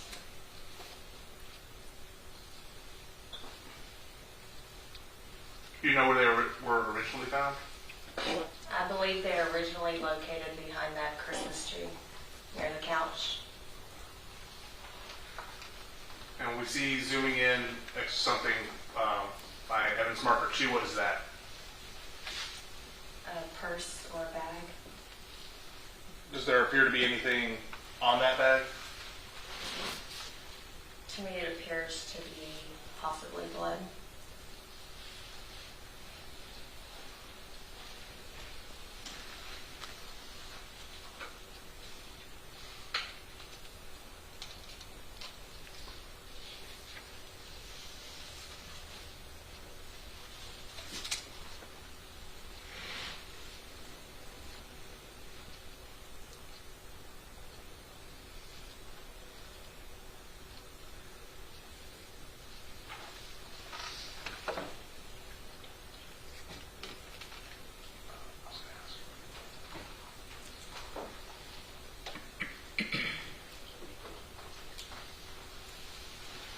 Okay, and for the record, we've played all of AMC 129. We'll move on to AMC 0130.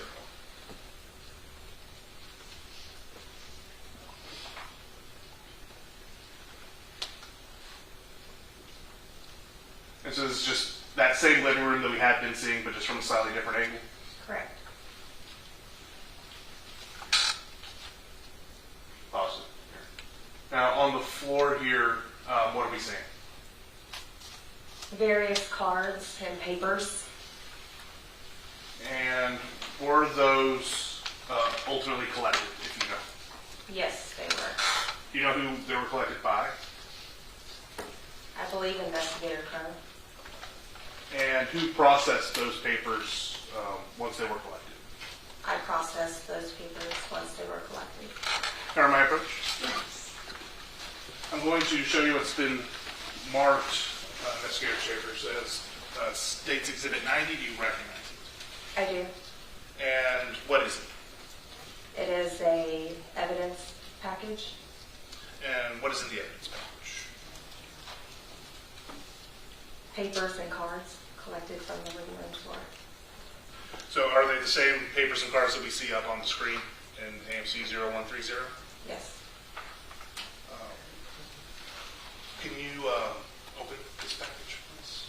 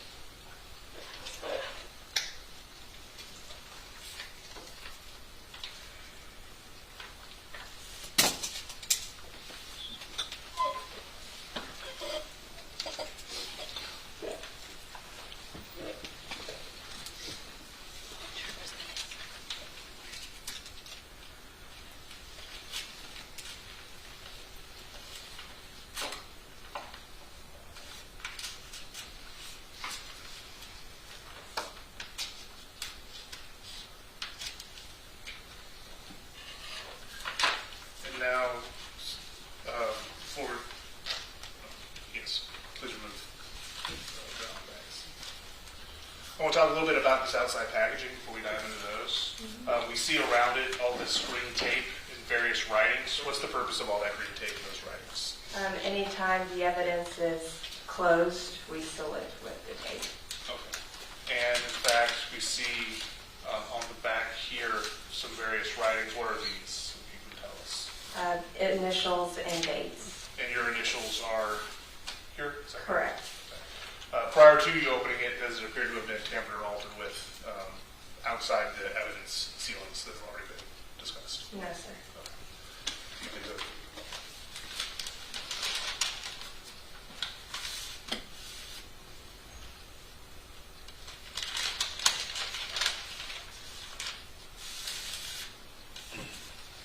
So, what do the contents within these brown bags as well appear to be tampered or altered with in any way? No, sir. Not since I last processed them. Let's talk about how you process them. What's the processing process like? I used a chemical called ninhydrin. Ninhydrin is a chemical that reacts to the amino acids and proteins in the fingerprints. So what I did is I sprayed these items with the ninhydrin, and then I heated them, and as a positive reaction, the fingerprint will turn a purple color. And so after you did that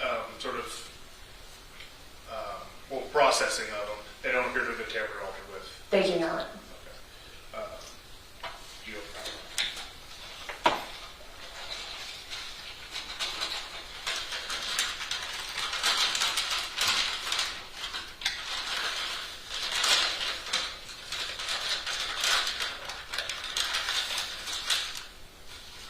Now, in the second bag, were these processed in the same way? They were not, no. Okay. Do they appear to have been tampered or altered with the cards in that second bag? No, not since I processed. Your Honor, this time the state would move to admit State's Exhibit 90 and contents into evidence. No objection, Judge. State's 90 would be admitted. So, taking out of everything that has been processed with that fingerprint treatment, was it just these two individual items here? There were other items that were processed, but in this packaging, just these two items. Okay. And were any fingerprints gained through that process for these items? Yes. Okay. Could you kind of point out to me where they are?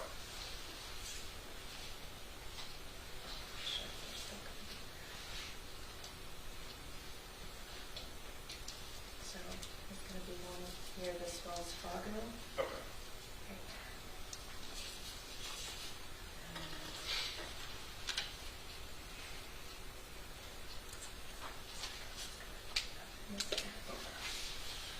Your Honor, may I publish on the Elmo? Yes. The back as well. This is going to be the one.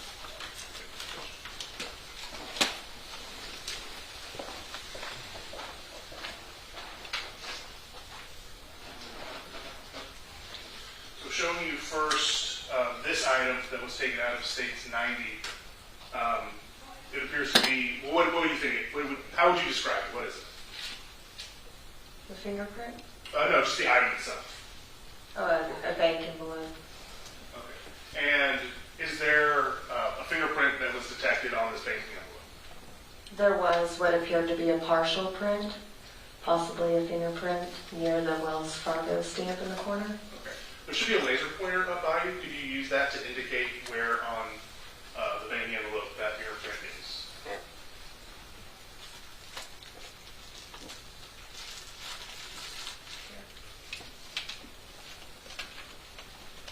Go ahead, zoom in on that area. For the record, she indicated to the upper right corner of the banking envelope near the Wells Fargo logo. And just zoom in, move it over. Kind of get a better look at that fingerprint. Was that sent anywhere? Yes, it was sent to Galveston Police Department. And what came with that, the investigation of that? It was submitted to APHIS with no results. APHIS didn't have any results? No. Showing you The second item that you identified out of state's 90.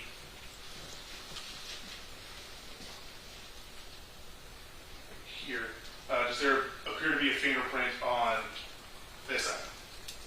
There was one near this area. Not sure if it's visible. Okay. And for the record, she's indicating towards the top of this sort of loose piece of paper. I'll zoom in so you can get a better look.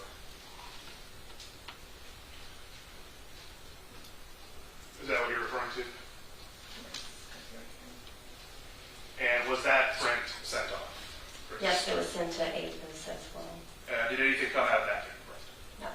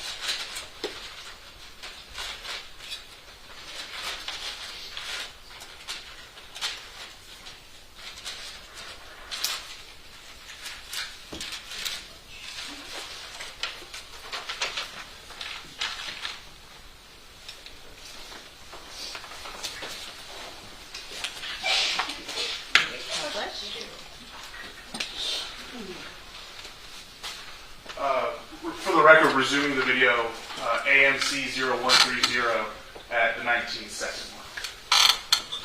So, Investigator Shaviers, these are the items that we had just discussed. From Yes. State 90.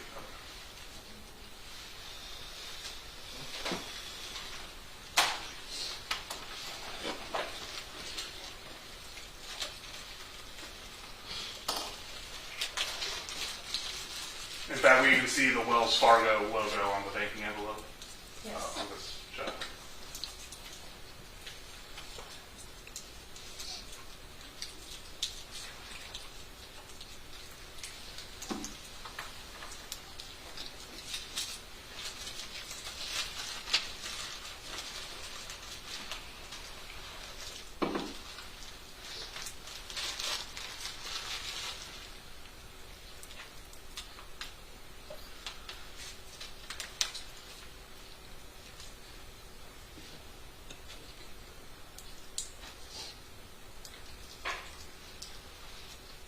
And what are we zooming in on here at this point in the video? Like to be money.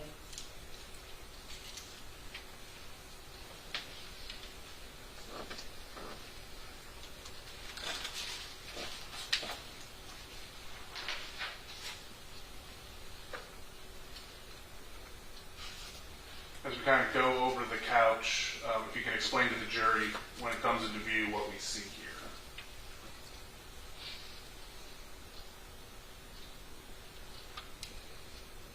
Appears to be a rifle. And does there also appear to be a baggie underneath that rifle?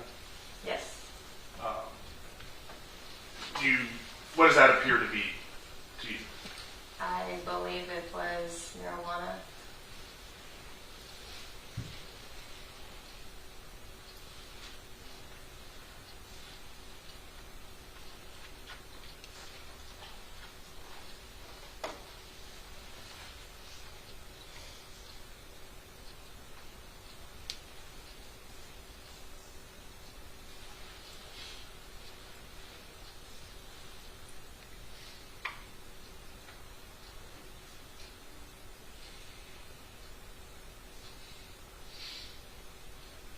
As we kind of zoom into behind the side of the couch here, do we see another dollar bill, $20 bill?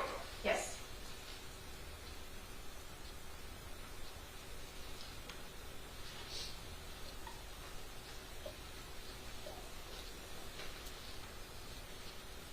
Is that piece of paper, is that from the house, or is that something that the sheriff's office brought? I believe that's the search warrant. So as we move to the back part of the living room, what room are we entering into through this doorway? The dining room. And from this angle specifically, we kind of see two doorways. For the record, the video ended for AMC 0130. We will now move on to AMC 0131. We see those two bedrooms there on either side of the cabinet. Yes.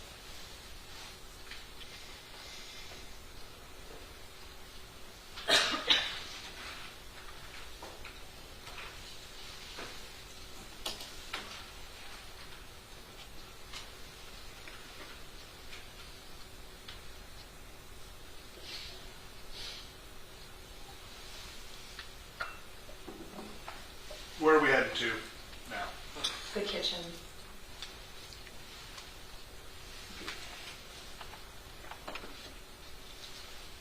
On the counter to the right, I know we're panning away from it, but do there appear to be any sort of restaurant food containers? There appeared to be a Taco Bell package.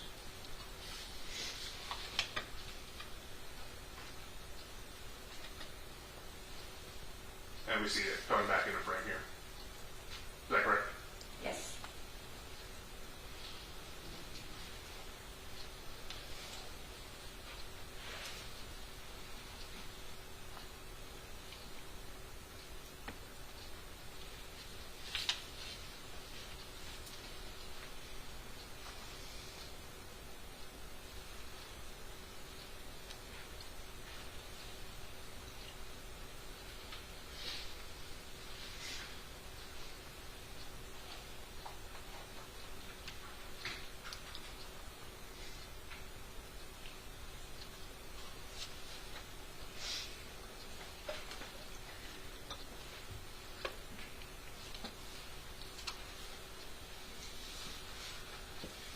And then as we pan around, kind of gives you that that other angle of the kitchen where you can see the dishwasher, the sink, and everything else. Mm-hmm. Was there anything of investigative note discovered in the kitchen that you're aware Not of? to my knowledge.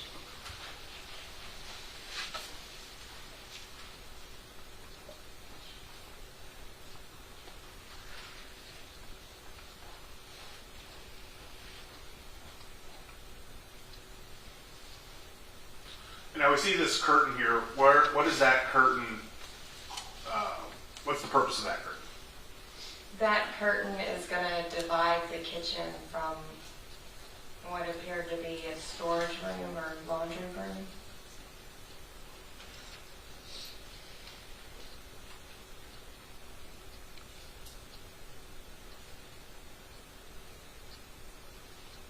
And here we're getting that first look into that storage room. Yes.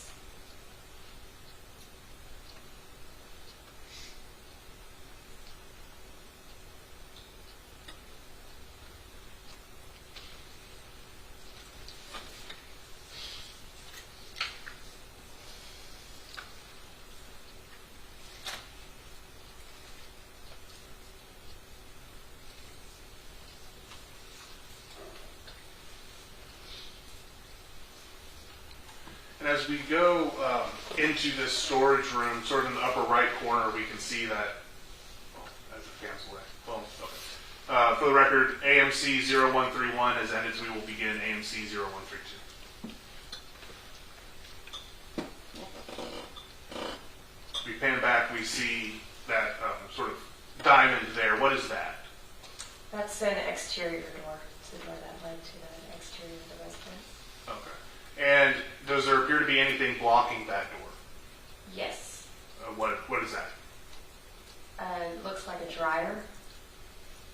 Okay. And can you use the laser pointer just to make sure the jury is aware of what we're looking at?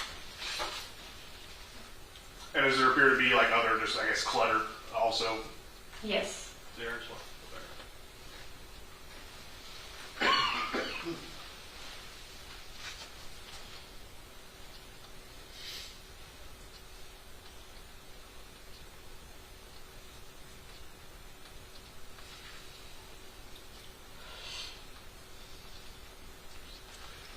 that position of that dryer appear to be where it normally would be in the house? The dryer appears to be pushed out to me. It isn't flush with the wall.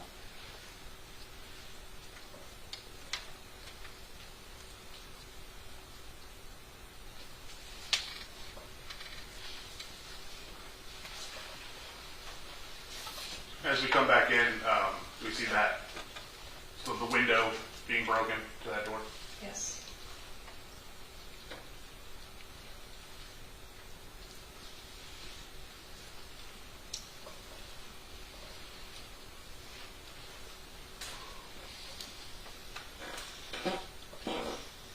Are you aware of how that door, that window in the door was broken? I am not.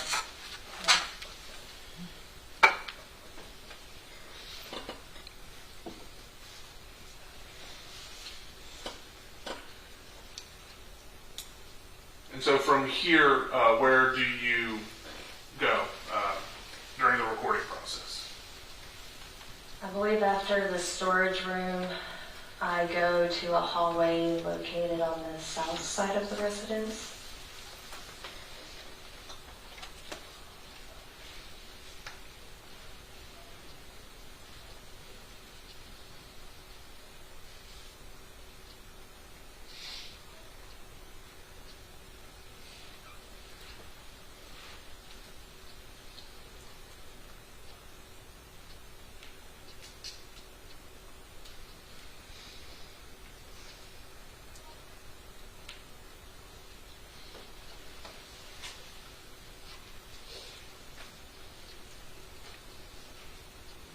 And so as we progress back through the kitchen, we see that doorway that leads back to the living room.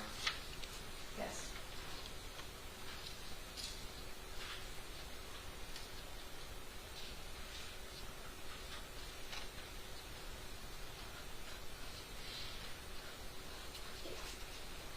And through this doorway here, to the left, we see a door going to a room of some kind. Is that fair? Yes. We also see evidence marker number 5. What is that that we're looking at? Madison.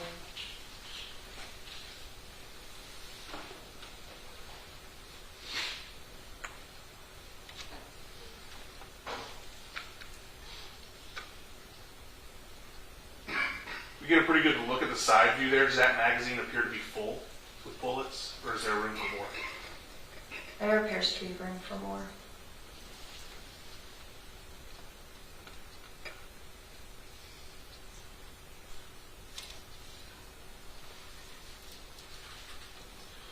As for the record, AMC 0132 has ended. We will begin AMC 0133.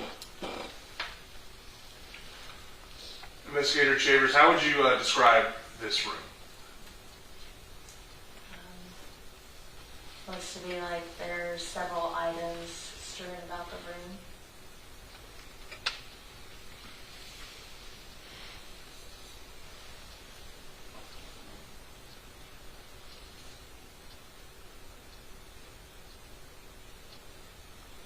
Appears to be in disarray.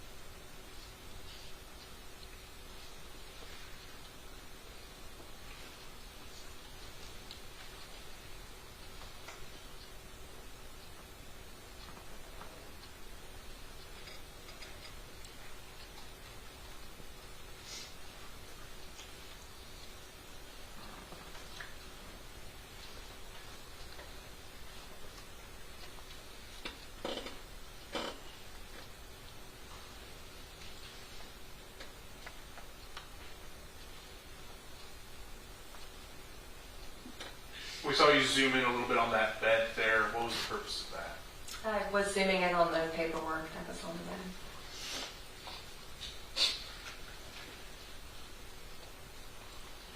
Here, as we pan over to the desks, there also appear to be some more Taco Bell packaging. Yes.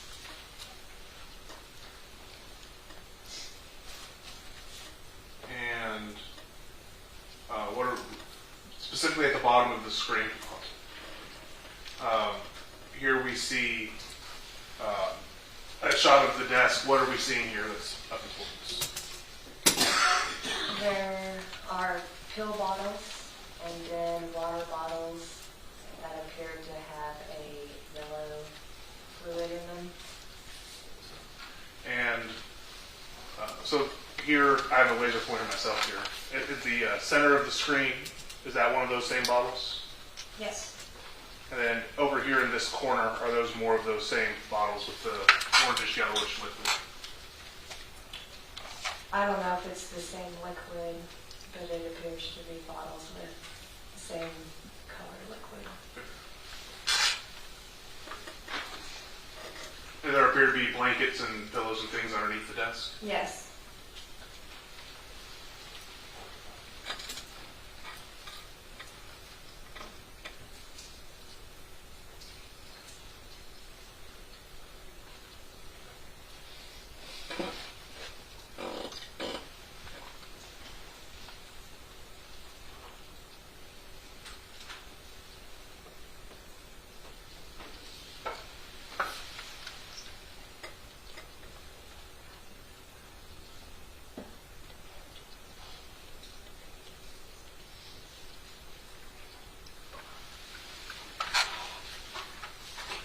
For the record, AMC 133 has concluded, so we will begin AMC 0134. You see the attorneys in their calls?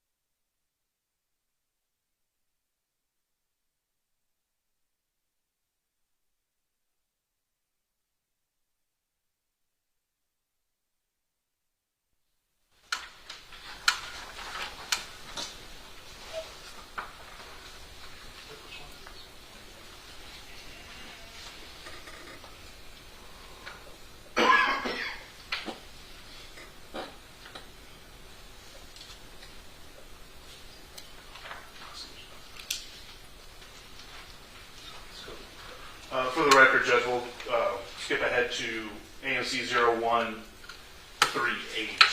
Okay.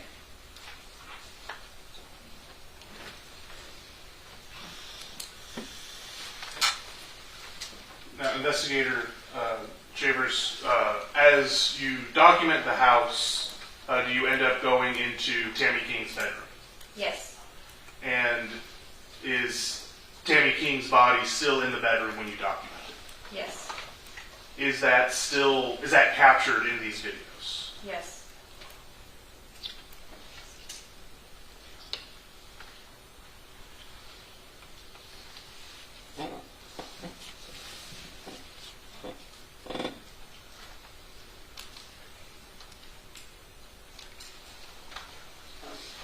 Skipping ahead to the 3-minute and 16-second mark.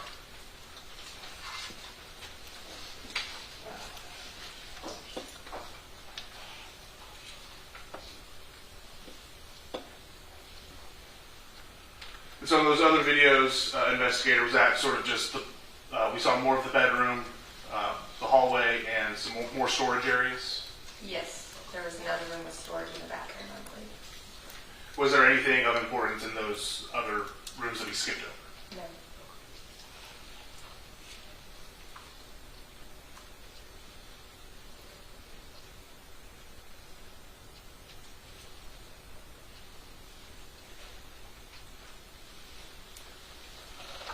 And before we go into the bedroom, we look into one more closet. Was there anything of note in this closet?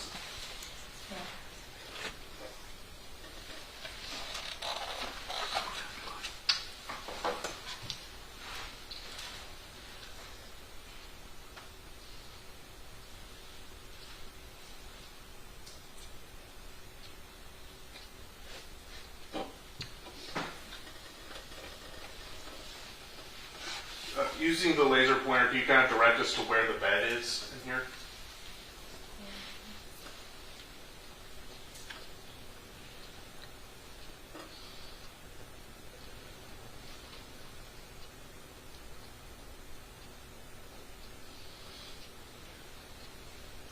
And so we see sort of this pile of clothing. Where is Miss King in this room? The decedent is under the sheets located on the bed.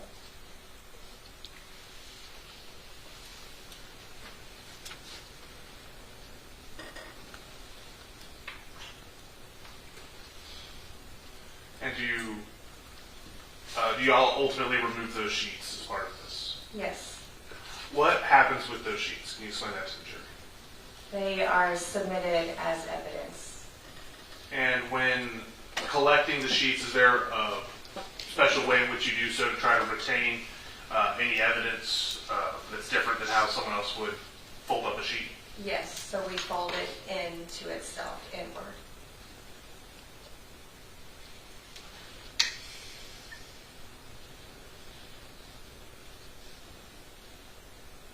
And we're zooming in on evidence marker 6 here. What's that? A bullet. Does it appear to have been fired? No, sir.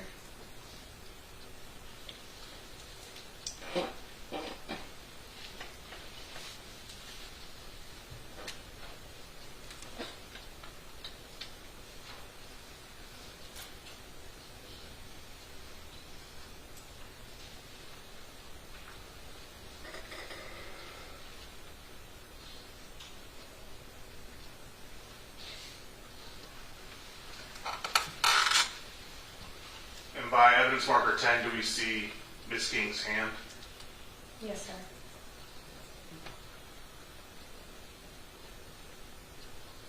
And as we sort of pan back behind this pile of clothing, do we see the rear side of her body? Yes.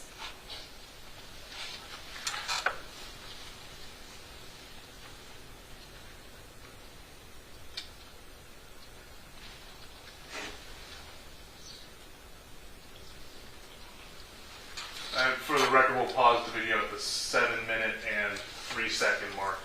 Investigator Traveers, do the rest of these videos depict you removing the sheets from the body and therefore exposing the deceased? Yes.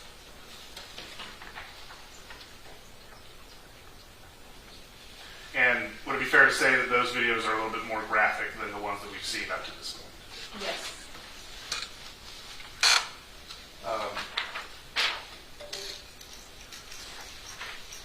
In regards to the fingerprint processing and the videoing of the scene, did you do anything else in this case? I did, yes. What was that?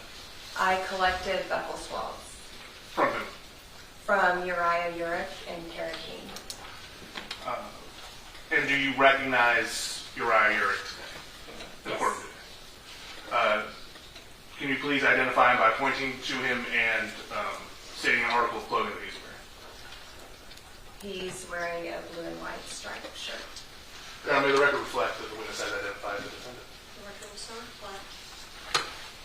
And do you recall what date you obtained the buccal swab from Mr. Urick?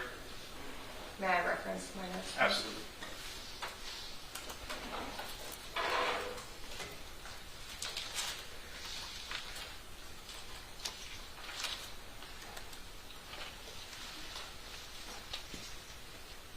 Friday, February 13, 2025. And what is a buccal swab? A buccal swab is going to be a sample of epithelial cells or skin and saliva located inside of the mouth and the cheek, the interior of the cheek. And can you just sort of guide us through the process and how one obtains a buccal swab? Yes, so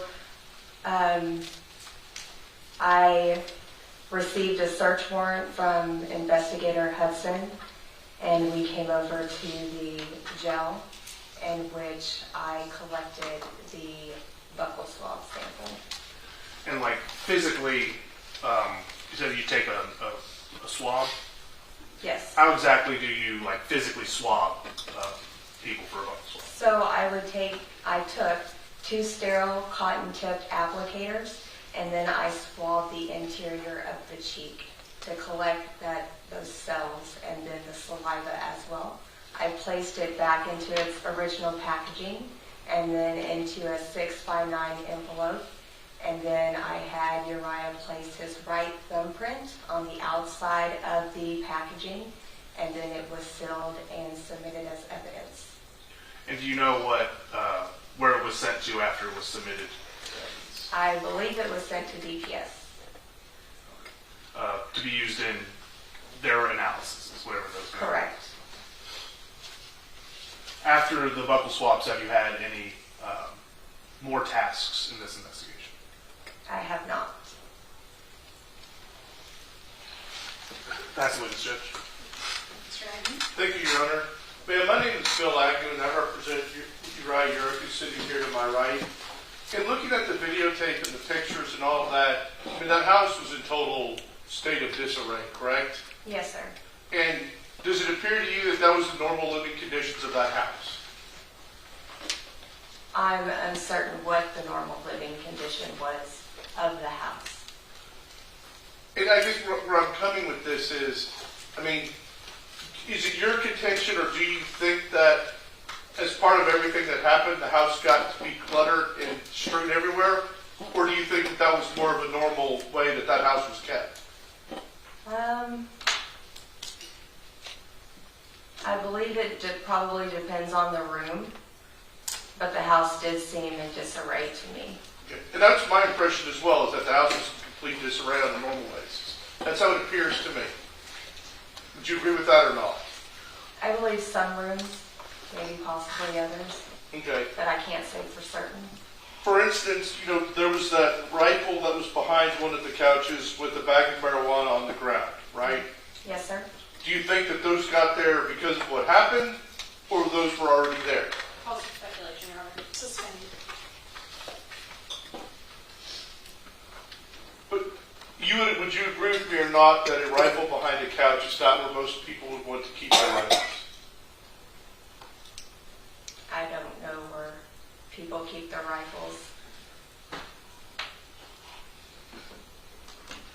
As far as gun safety goes, is it advisable to have a rifle behind a couch?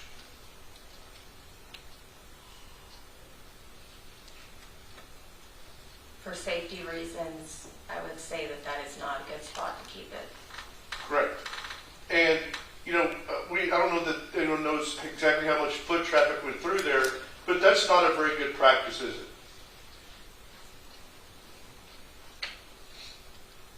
It's not a practice that I would use. Okay. And there's been some testimony that there was a gun safe, that the guns were always in the safe. It doesn't really appear that that would be true based on the way everything appeared to me.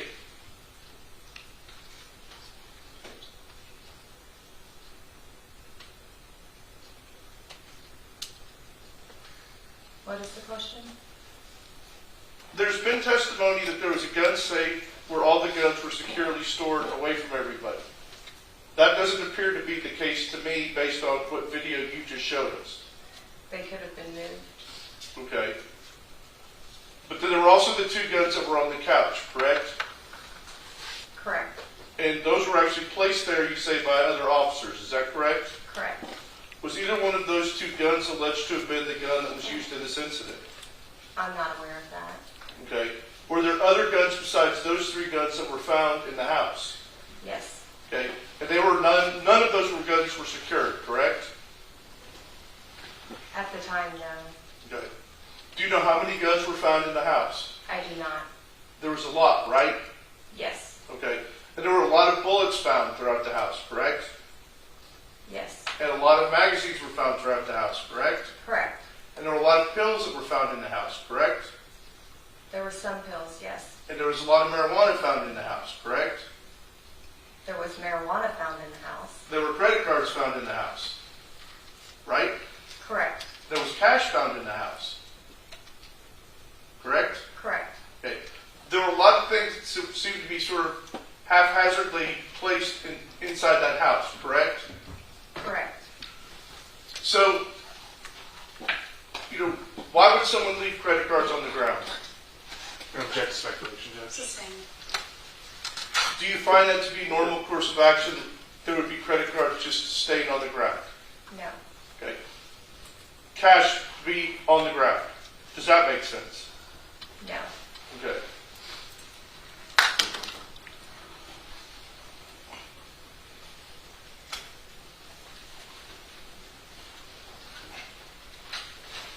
There was a safe that was in the house, correct? Yes. And was it wide open when y'all got there? Yes. Okay. And it had not been resecured after, before y'all got there, no one had secured it until after the fact, right? And got everything out. Correct. Okay. Do y'all know what was in those safes or not?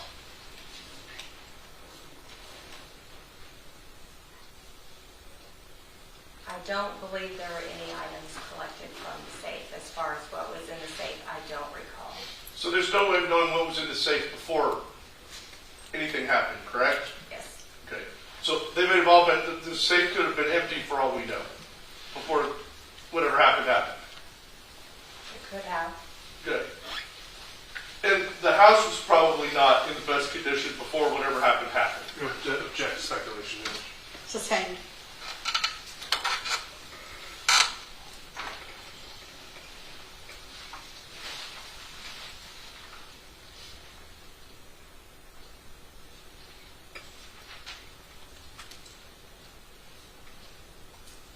Now, as far as the pills that were found, you probably don't know this, but I'm going to ask you anyway. Do you know if they were pills that were given under a prescription or if they were just pills that were there? I don't know. Okay. But there were a lot of them, correct? There were several pills on the ground, yes. Pass the witness. Come further, Judge. Okay, thank you. You may step down. Call your next witness.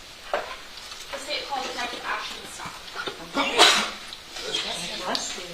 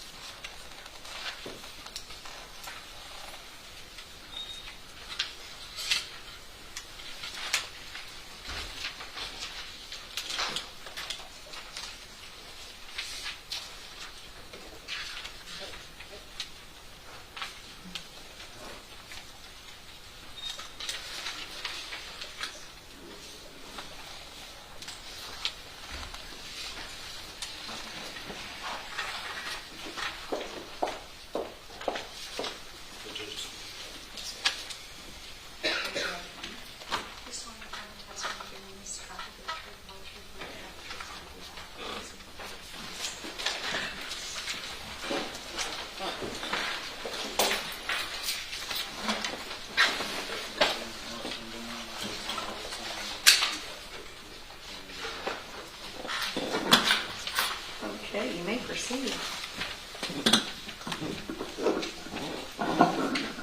Thank you, Your Honor. Good afternoon, Detective. Good afternoon. Will you please state and spell your name for the record? My name is Ashton Scott.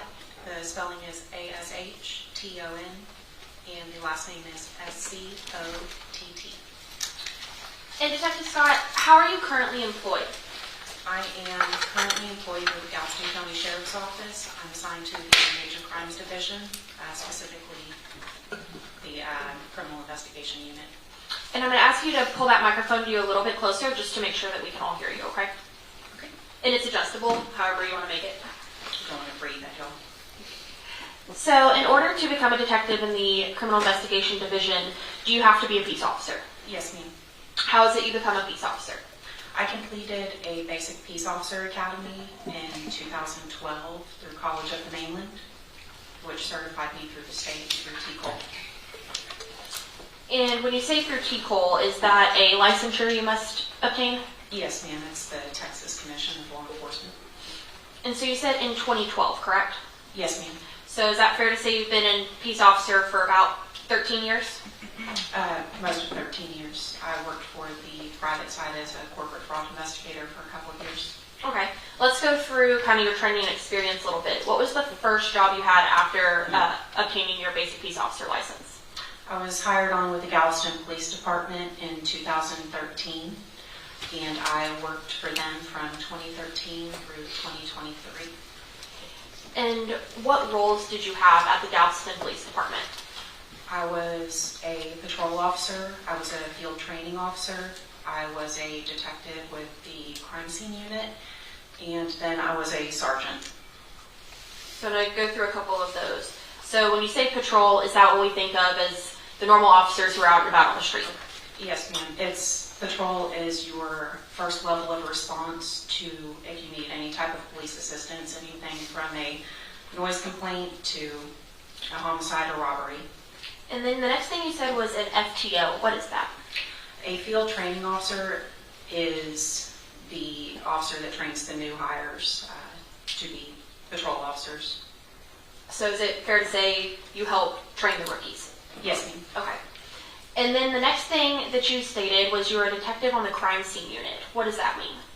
The crime scene unit is forensic evidence. We deal in forensic evidence, so fingerprints, blood spatter, photography. And we've heard from Investigators Crow and Investigator Chambers from the Sheriff's Office. Would that be the equivalent role of what you were at GPD? Yes, ma'am. Okay. And then the last thing you stated was you were a sergeant. What was that role? I was a patrol supervisor. There were approximately, it fluctuated, but there were approximately 15 officers on my shift, and I was their supervisor. I was over scheduling and making decisions on major scenes. And how long were you in that supervisory role? 3 years. After that 3 years, did you remain at GPD or did you go somewhere else? I left. I went to the private sector. I was a corporate fraud investigator for financial crimes and internal fraud. What does a fraud investigator mean? What did you do? You investigate if there is fraud anywhere from forged documents, forged signatures, money laundering, theft from the company, anything that would fall under that. And is that fraud investigation, does that ever correspond with something that law enforcement does? Oh, yes, ma'am. And can you give me an example of that? Why would law enforcement be involved in some fraud investigations? Perjury, for example, if you have a forged signature, especially if there's a theft of funds with that. So fraud is identity theft, it's the theft of money, and that is very much a law enforcement concern. And through your experience in the private sector and the law enforcement community, have you had few or many opportunities to go through financial crimes, bank statements, credit card returns, that sort of thing? Yes, ma'am. And in general, if you're wanting to look through somebody's bank account or statements, how do you go about that as an investigator? I issue a subpoena to the company requesting the information for that investigation. It could be anything from user information as far as names on the account to where the money has been transferred from and to. And are there any other sort of extra trainings or certifications that you've obtained in your time over the last 13 plus years of law enforcement? I'm a member of ACFE, which is the Association of Certified Fraud Examiners. I'm an advanced peace officer. I hold that level of certification. And how long was it that you were in the private sector? Approximately a year and a half. After the private sector, what did you do? I came to the Galveston County Sheriff's Office. And have you held many or just one role at the Sheriff's Office? One role. So in the Major Crimes Criminal Investigation Division, what is your role at the Sheriff's Office? I'm a detective for our major crimes unit. So I investigate anything from sexual assault of a child, homicide, robberies, and financial crimes. I do still investigate fraud. And does your background as a fraud examiner help you in investigating some of those fraud type crimes? Yes, ma'am. I think the more experience you have with anything, you know what to look for. I want to bring your attention to February 7th of 2025. Do you recall that date? Yes, ma'am. What were you doing on that date? It was a Friday, and I was working. At any point, did you get called to a scene? I learned of a major investigation where the victim's financial accounts had potentially been compromised. I was tasked with subpoenaing some of those financial institutions and companies for information as far as the transactions on those accounts. And what companies did you subpoena? The initial one that I was tasked with subpoenaing was Chase Bank. I issued a subpoena to them with the victim's information, and they came back and told me that they had no accounts for the victim. Her name was Tammy King. After I issued a subpoena to Chase, I issued another one to Block Inc., which is the corporate name for Cash App. And for those of us who may not know, what is Cash App? Cash App is a peer-to-peer money transfer service. So they facilitate the transfer of money from one person's bank account or credit card to another person's. They're the middleman. And can you also leave money in your Cash App, or do they maintain in bank accounts? You can leave money in it, yes, ma'am. Okay. And so you reached out to Block Inc., and what accounts did you do a subpoena for? Miss Tammy King. And did that come back with anything? Yes, ma'am. I issued a subpoena to Block Inc. They, on the same day, returned the information.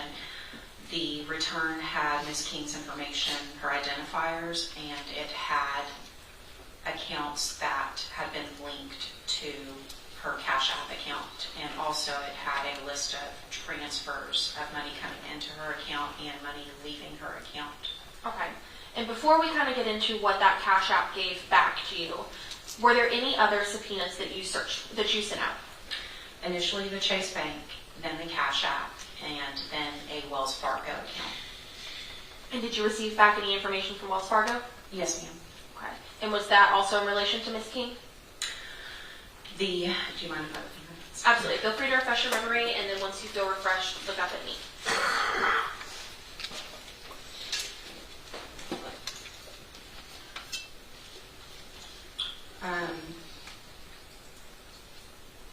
The Wells Fargo account was for Miss King. She did have a bank account with them. And on her Cash App return, there was another bank account for Chase Bank. Since I'd already talked to Chase Bank and they told me they did not have an account for Miss King, I knew that was likely not hers. So I issued another subpoena to Chase Bank requesting the information of who that account belonged to. And did you ultimately get information back from Chase Bank about that account number? Yes, ma'am. And did you learn who that account belonged to? Yes, ma'am. Who was that? Uriah Urick. And after you obtained that subpoena return from Chase Bank, did you send off any extra subpoenas? After I received the one from Chase Bank, I sent an additional subpoena to Cash App for a username that Miss King had transferred money to that wasn't in the rest of the history. I believe the username on that was Ratstar. Okay. And did you learn who that belonged to? Yes, ma'am. His name was Jaden.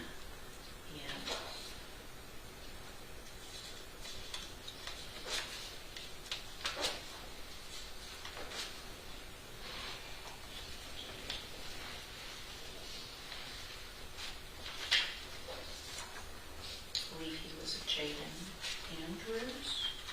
Would the last name Landry sound right? Yes, Landry. So for a Jaden Landry. Jaden Landry. After that, did you send off any other Cash App subpoenas?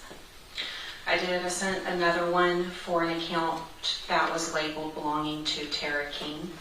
And did that come back with any return information? Yes, ma'am. And after that, did you send off any other subpoenas? I sent off one to AT&T for Tammy King's phone records. And when you get these return backs, do the companies also send you what's called a business records affidavit? Yes, ma'am, they do. And what does that mean? That is the company certifying that an employee of their company prepared those records and that they came directly from the company. And when they send you back information, do they send you a little bit or a lot, or does it just depend? It depends. Your Honor, the state's going to move to omit states 94, which is the AT&T to Cash App, Wells Fargo, and Chase Bank returns with the accompanying VRAs. Any objection? No. States 94 will be removed. Thank you, Your Honor. And may I publish? Yes.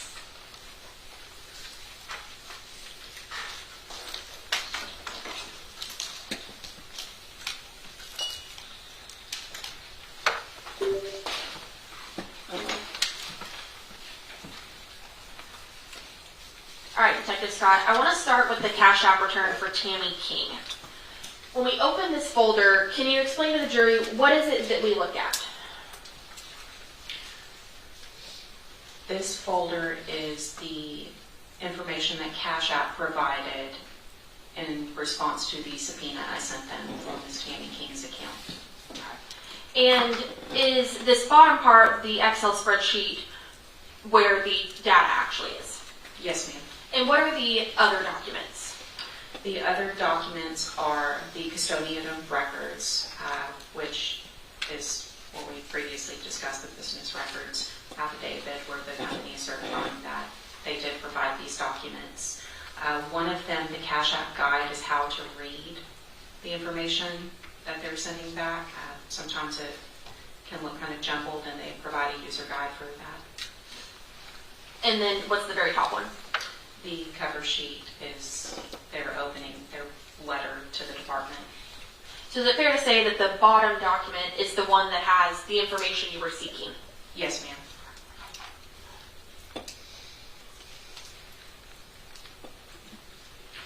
All right, so if we're looking at this Excel document, can you tell us kind of what we're looking at in the top section?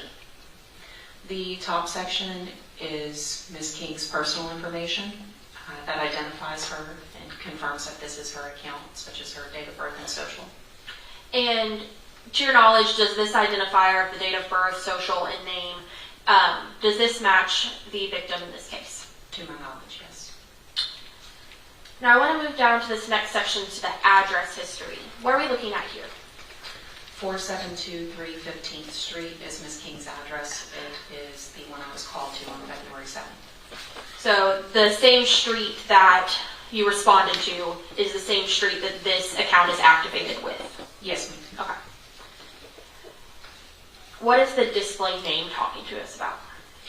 The display name is what appears to the public. If you or I were to request money or transfer it to Ms. King, that's what would show up on our screen on our side.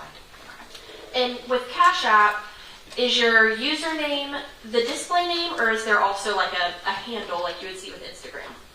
There is a user ID, which is what the public sees. That's the name displayed to the public. Cash App also has something called an account token. It's what the company uses to identify an account. For example, there may be many Tammy Kings out there, and they could all have their name on the account, that display name. However, the account token is specific to that account, and that's what the company uses to identify that. And can you tell when this account was created by Ms. King?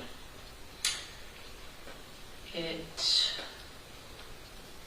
looks like it was created November 29th of 2020 is when data first started being entered to her account and saved.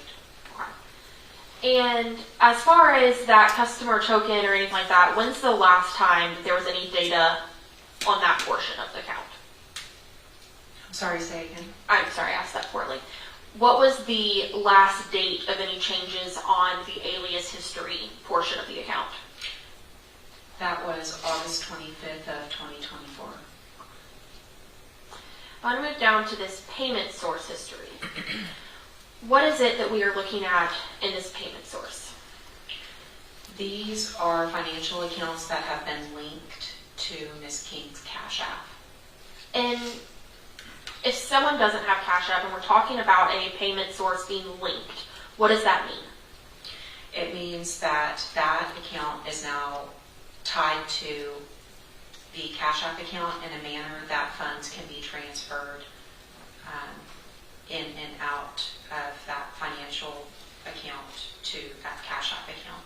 Okay. And we see the first 3 lines on this payment source history all come from a Wells Fargo. Is that correct? Yes, ma'am. And were those cards successfully linked? Yes. Okay. And were you able to identify or confirm who those Wells Fargo accounts belong to? They belong to Tammy King. Okay.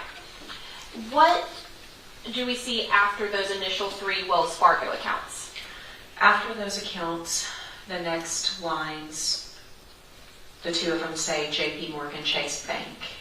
Those are actually right there ending in 4600. Those are debit cards. Okay. And if you look to the side of where it says bank, it'll say debit. And what does that tell you? What's the difference between it saying debit versus those initial 3? It's the bank. The first 3 are a bank account. The next 2 through JP Morgan Chase are debit cards. They're identified debit cards. So one is coming from the actual card, the other was linking to an account. Is that correct? Okay. And what was the linking result for those 2 debit card? It didn't work. If you look, it says error, suspected fraud. Now, through your time as a fraud examiner, how do places such as Cash App alert or say that something is suspected fraud? I don't work for that company, so I can't testify to exactly what their methods are, but it is fairly common for there to be automated things in place, such as if names don't match on accounts, that they'll flag it and they won't link immediately. So, for example, if Tammy King's account was adding a card with somebody else's name, it may flag it. Yes, ma'am. Now, those 2 debit card numbers, is that the same number tried twice, or what are we looking at? I believe it's the same number tried twice. If you highlight those 2 and scroll to the right, it'll actually show dates and times of the attempt. So right there, it appears that it was tried twice. Right there under created at, those are the dates and the times, and since there are 2 different times, it was tried twice. Okay. And are you familiar with what UTC time is? Yes, ma'am. I'm sorry. No, go ahead. Coordinated Universal Time. It is the worldwide standard that all of our time zones are based off of. And is UTC time and Central Time the same time? No, not at all. Do you know how many hours different UTC time is from Central Standard Time? It's actually tricky. It changes depending on daylight savings time. I think we are currently at a 6-hour difference, that we are, I believe, 6 hours behind UTC time. But depending on daylight savings time, it could be different. So is it fair to say that in the period we're in now, it's -6, but in the other part of daylight savings, it's something like -5? Yes, ma'am. Okay. So if during this period of time it'd be -6, are you able to tell us what time these transactions were? If those transactions are clocked on UTC time at February 6th at 12:14 a.m., then they likely, our time occurred February 5th at 6:14 p.m.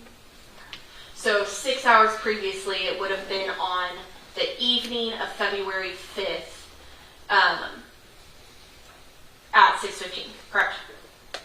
6:14. 6:14, I apologize. And So that's on both of those, where they tried it roughly at the same time? Yes, ma'am. Okay. And you said both of these ultimately were unsuccessful, correct? Correct.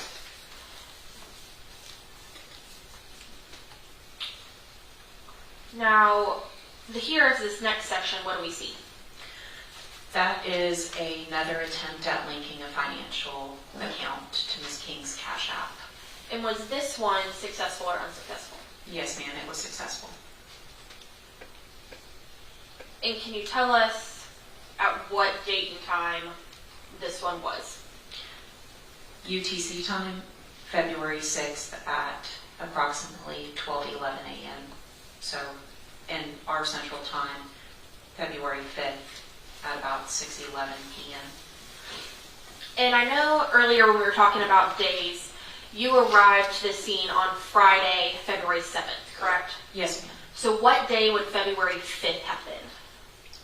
Wednesday? So these transactions are occurring at about 6 p.m. on Wednesday, correct? Yes, ma'am. Sorry, I keep making you do math. Okay.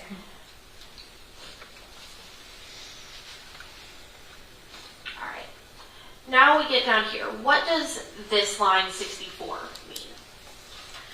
Attempted peer-to-peer payments. And are these payments, do they go in most recent to oldest or oldest to most recent? It looks like they are going most recent to older. And now when you issue Cash App subpoenas, are you getting the entirety of somebody's Cash App history, or does sometimes you only get portions? I can't testify to that. Whenever I asked for February. So I believe the company gave me everything they had for February. Okay, so it's possible that there could have been other months of transactions, but we specifically subpoenaed February. Yes, ma'am. Okay. So I want to start from the oldest, if that's okay. What date was the first February transaction? February 1st. And what do we see happening here? Go, explain to us what one of these lines would show. Okay. So it has the date, I'm hitting the screen. It has the date and time that the transaction occurred, and it says paid out, which means that money went from Ms. King's Cash App account to somebody else's account. And then the next column is how much money she sent them. Okay. After how much, what do we get to? We have a note that can be placed on the transaction. This one says Taco Bell, so whatever reason that she sent that money for, she noted Taco Bell. Okay. And then we move forward. What are these next lines? That is Ms. King's name, and then those are account tokens, and then cash balance. I would need to see the top of the column. Okay. That.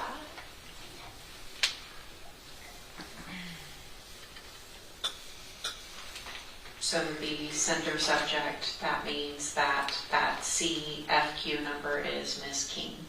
Okay. And what do we see in column H? Request. Okay. And what does request mean? That she's requesting to send the money. Or that somebody's requesting to get that money.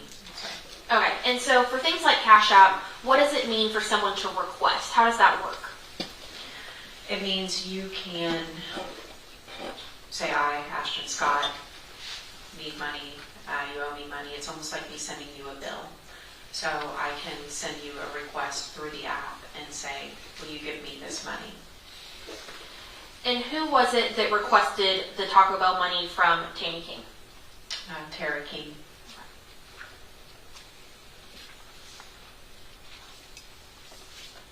And is the rest of the columns just some further data that it gives?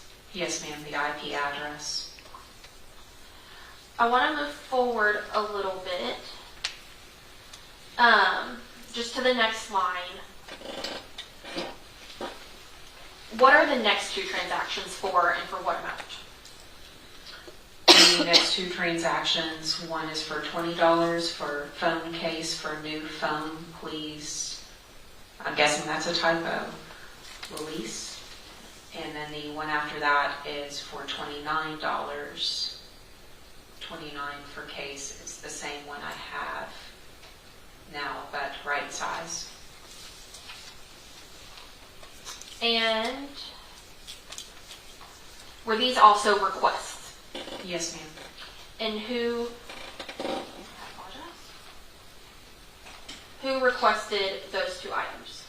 Tara King. And ultimately, were these requests made? Were they paid out? Yes, they were. If you stop right there under column B, it says paid out. So the 3 requests sent in early February from Tara to Tammy were all completed. Tammy sent her the money. Yes, ma'am. I want to skip ahead a little to line 75 where we see the date February 5th. And is there a transaction? What transaction is happening here? What do you know about it? On line 75, February 5th at approximately 12:32 a.m., which in our time would actually be February 4th at about 6:32 p.m., there is a payout from Tammy King's account in the amount of $55.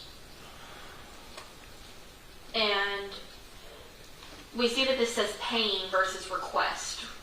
Correct. What's the difference here? Tammy initiated that. Okay. And who did she send that $55 to? Tara King. Okay. And so are all of the transactions in February up to this point, which would really be February 4th, were they all to Tara King? Yes, ma'am.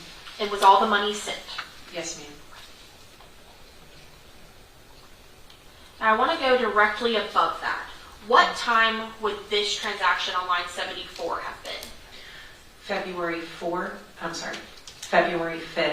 at approximately 4:50 p.m. UTC time. Math.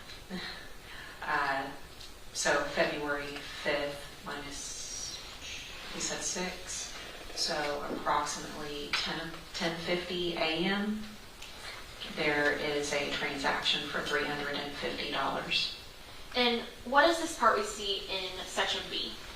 Expired, waiting on sender. So was this transaction completed? No, it expired, it didn't go through.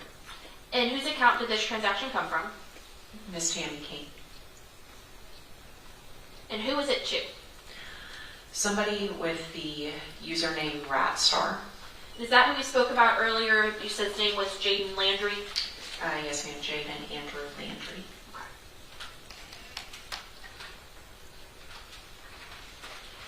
And then after that, what's this next transaction?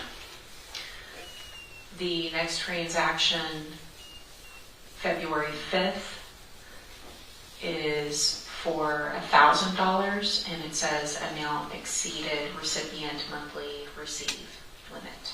Okay, and who would the recipient be in this transaction? Would it be Tammy's phone or whoever she's sending it to? Whoever she's sending it to. Okay, so this says this amount exceeds the recipient's receive limits, correct? Correct. Okay. And who, was this a pay or a request? This was a request. Somebody requested that money from Tammy. And who was it that requested that money from Tammy? Tara King. And this would have been at about 2 p.m. on February 5th, is that correct? Minus 6. Yes, ma'am. Right after that, what's the next transaction that we see? Another one, also on February 5th at approximately 6:05 p.m. our time. There is a payout. Is it 6:05 our time or about 2 p.m. our time? I'm sorry, about 2 p.m. our time. Correct. Sorry, I keep making you do math, I apologize. That's okay. So this is a transaction that was successful. Yes, ma'am. And same questions, was this a pay or a request? This was a request from someone else to Ms. King. And who was that someone else? Tara King. And as we kind of keep going up, I'll stay here. Who are the next 6 transactions from? They're all to Tara King. And are they requests? Yes, ma'am. And are they all within the same kind of few minutes at around 2 o'clock on the 5th? Yes, 05, 06, 06, 07. Yes, ma'am. So does it seem like these are happening in pretty rapid succession? Yes.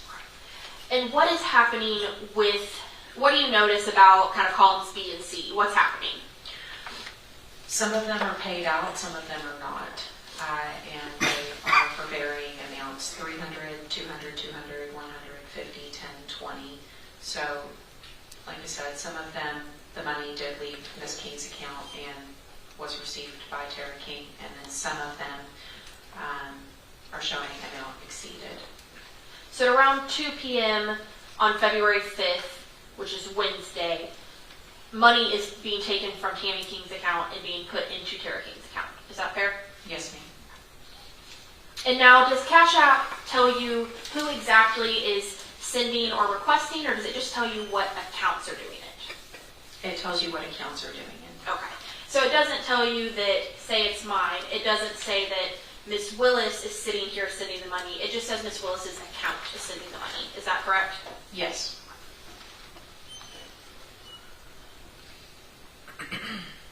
And then and so those last kind of 6, is this when the Cash App payments stop as far as what you got on the return?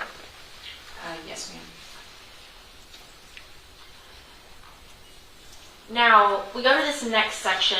What is different from what we saw earlier with these P2P payments versus transfers? The transfers are money coming into Tammy King's Cash App account, leaving her bank account and going into her Cash App account.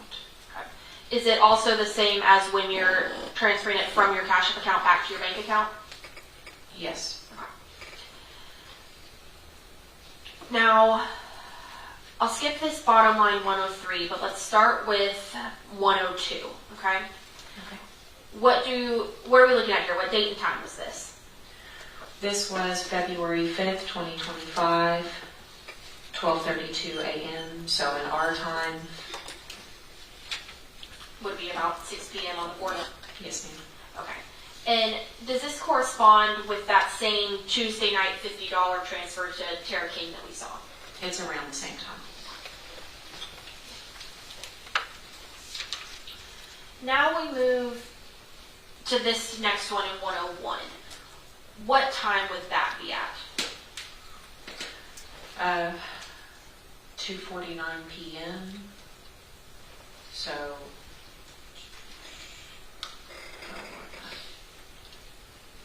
around 8:49 a.m. I'm sorry, 10:49 a.m. Okay. And does that kind of correspond with where earlier we saw things starting to happen about 10:50 a.m.? Is that about the same time? Around the same time. Okay. And what is happening here? Are these transfers successful? Yes. Okay. And we can see, are they coming from the Cash App balance or are they coming from Ms. King's bank account? They're coming from Ms. King's Wells Fargo account.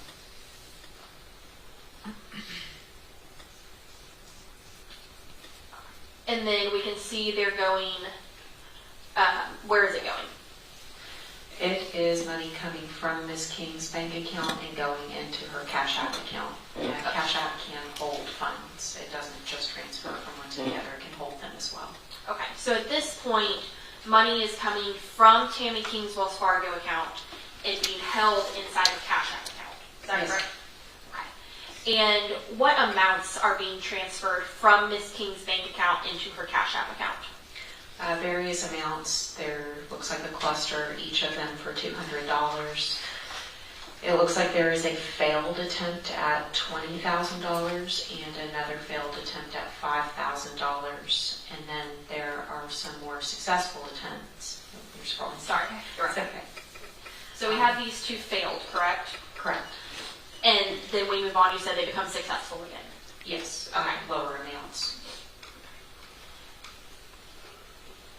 And on these lower amounts, can you tell us about what date and time these are happening? Do you want UTC or do you want our time? Whichever one is easier for you. Okay. So the complete for the 500 and the 600 is in our time, February 5th at approximately, that one is at 6:12 p.m. So in the evening of February 5th is when these 500s are being moved from Miss King's bank account to her Cash App. Yes, ma'am. And then we see another one that ends up being failed, correct? Correct. What was the amount of that one? $2,500. And going up from there, what starts happening? Going up from there, there is one more completed transaction for $1,000. And then there is instant waiting on link card hurdle resolution. And I do not know what that means off the top of my head about the guide. No problem. But clearly something different is occurring than our completions or fails, correct? Correct. And what are the amounts there? $3,553.85. So at this point, is it fair to say a substantial amount of money has moved from Miss King's bank account to her Cash App? Correct.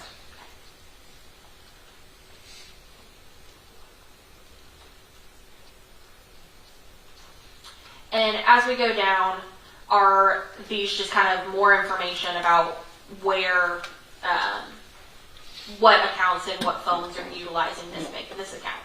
Yes, ma'am. Okay. And what phone is linked to Miss King's account? It looks like the Moto G Stylus 5G. There's two of them. One says 2022, one says 2024. Is the 2024 the most recent one? Yes, ma'am. Okay. And then on the second page here, is this just more data that comes from Cash App? Yes, ma'am, it is. Okay. If you go back up, I would like to show you something here, to where the $3,553 was.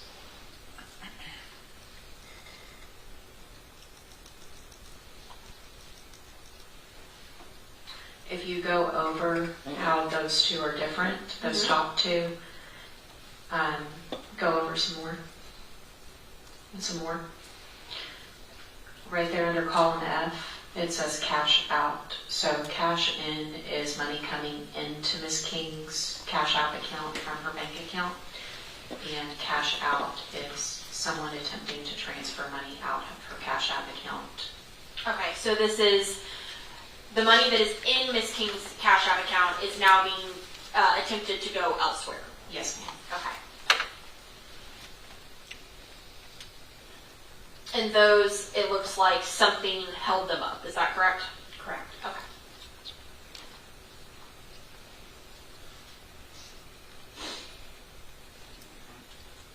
You also did a Cash App for Tara King. Is that correct? Correct. Go ahead. No, you're fine.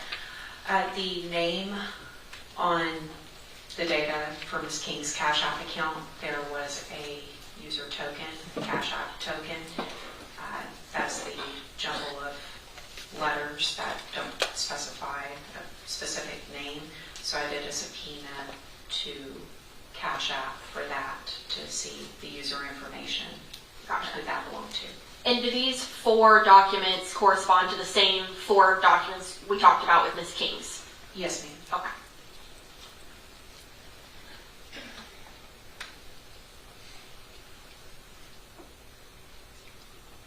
All right. So here, what address do we have on this account? 4723 15th Street, And what is this user's display name? Tara King. And when was Tara King's Cash App created?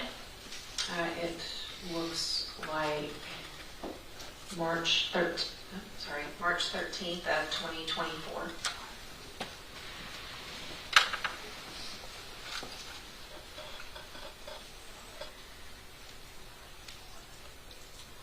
Okay. And have something where it says issued instruments. What is kind of the difference between a virtual card and a physical card as far as Cash App's concerned? A physical card is like our debit card. It's something you can actually swipe at a point of sale, point in a store to buy something. And so is that something that Cash App and these other P2P companies will issue a physical card? Yes, ma'am. Okay. Like a debit card. Now, we see here that Tara King also has the same section of attempted P2P payments, correct? Yes, ma'am. I want to go to these same dates we were looking at in that February 4th to February 7th range. Does this line item 67 seem to correspond with what you could see on Tammy King's account? It's around the same time, that few days of clustering. And in fact, does it seem like the majority of Tara's transactions are with Tammy? It does.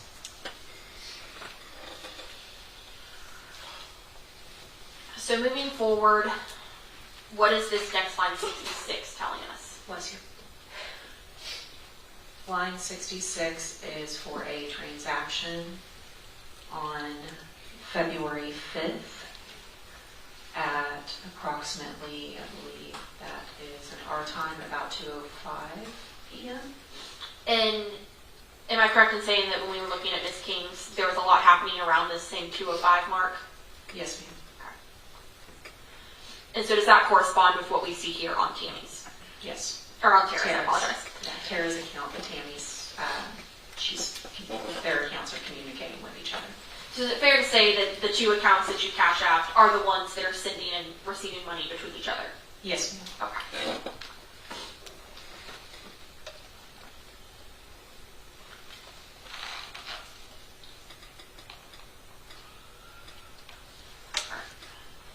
So with Wells Fargo, is this how they send you their documents?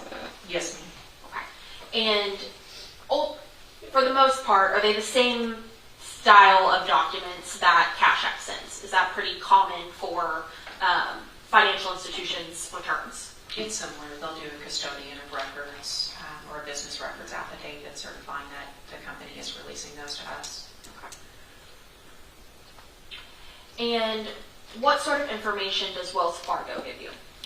Wells Fargo gives me the name and address on accounts. It's whatever I ask for, but they give the name and address, and then they give the transactions. And when you subpoenaed Miss King's Wells Fargo account, you said that that account matches the one that's linked to Miss King's Cash App, correct? Yes, ma'am. And we're able to also see that through her Wells Fargo returns. I believe there were some transactions.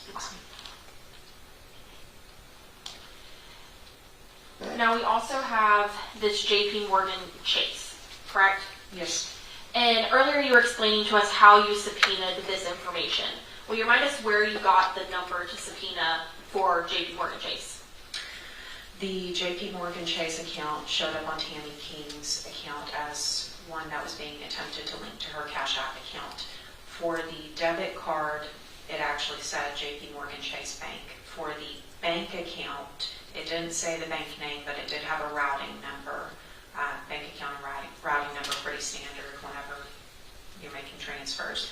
I searched the routing number and discovered that the routing number also belonged to Chase Bank.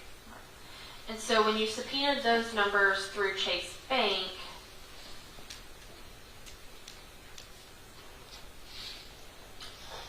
whose information did they give you as a return? Who did it belong to?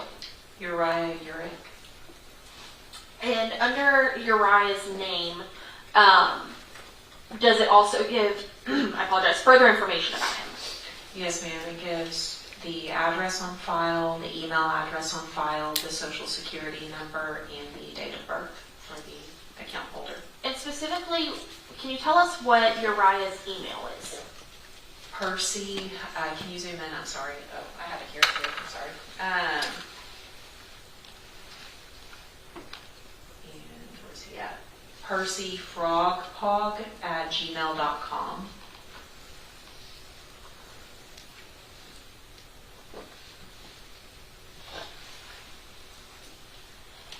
And does this also give you, does this give you the debit card number and the account number that you were looking for?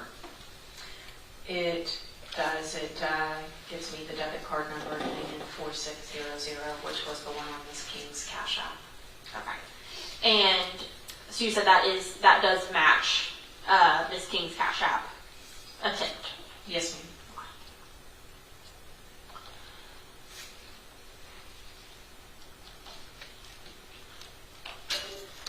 All right. So once you obtained all of these records, do you go through them? Yes, most of them. And is that the majority of what you looked at, these transactions that were going back and forth out of Miss King's account? Yes, ma'am. Okay. And through your training experience as a fraud examiner, was there anything that stood out to you or was of concern about what was happening? That I did go to the original scene. Okay. I did see Miss King. She was deceased, and it looked like she had been that way. It was not fresh. So whenever I received the Cash App returns and saw the dates of the transactions and the attempts at linking accounts to that Cash App account, it seemed like it had occurred around the same time that Miss King died. So why, through your experience, would that be concerning to you? I know it may sound like a silly question, but what about that raises alarms as an investigator? That around the time she died, somebody was trying to take her money. And was whoever that was actually successful in taking some of her money? Yes, ma'am. Other than going through all of these subpoenas and issuing them, was there anything further that you had involvement with in this case? Yes, ma'am. Other than the financial institutions, as I said, I also issued a subpoena to AT&T for Miss King's phone records. It was requested that I do that.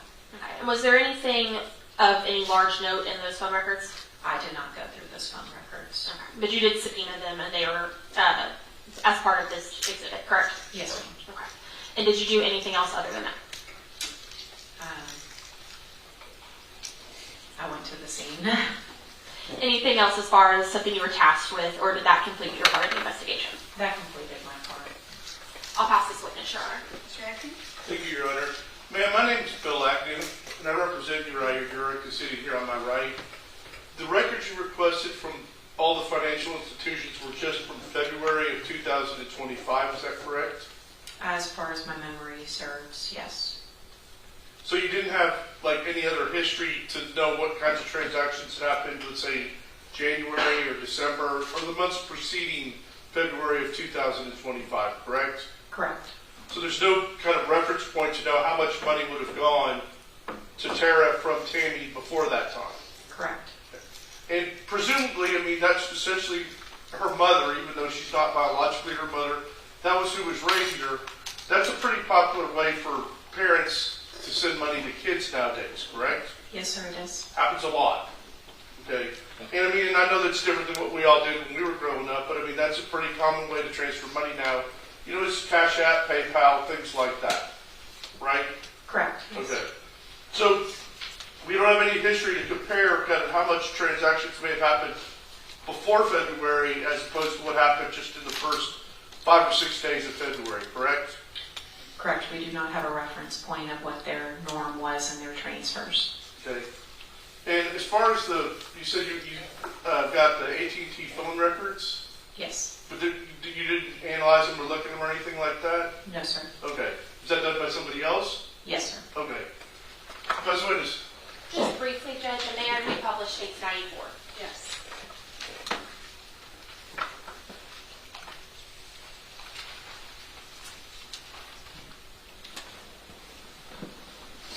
All right, Detective Scott, I've reopened the Cash App return for Tara King, okay? Now, what Mr. Agnew was just asking you was, on Tammy's account, we didn't have any reference points other than February, correct? Correct. Now, on Tara's account, do we in fact have attempted payments back into January? They did give me those. Okay. I requested in the subpoena the information for the user information, and they gave me a lot more. So while we didn't have the information from Tammy's side, we do have some information from Tara's side, correct? Yes, ma'am, there are transactions. Okay. And these transactions that are occurring in January, do these look like they are, for the most part, successful? Yes, it says paid. And the amounts, are they smaller or larger amounts? They are under $100. And in comparison to those transfers we see at the later dates in February that we have, the 5th and 6th, how do these amounts compare to the amounts being transferred or attempted transferred on the 5th and 6th? Every one of the transfers on the screen currently is for under $100. And in the ones that you and I reviewed a few minutes ago, they were all for over $100, $200, $300, $500, $1,000. So is it fair to say that there is a difference in the transaction history from January to February? There appears to be, yes. And are we seeing that these are still between Tara and Tammy? Correct, they are.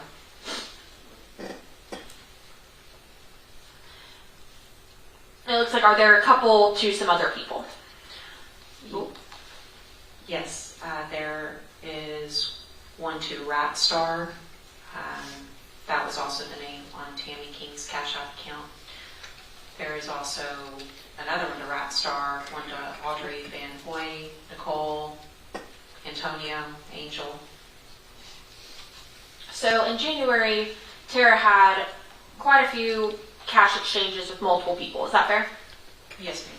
And these Rat Star exchanges, these are back in early January. Is that correct? If that's line 89? Yes.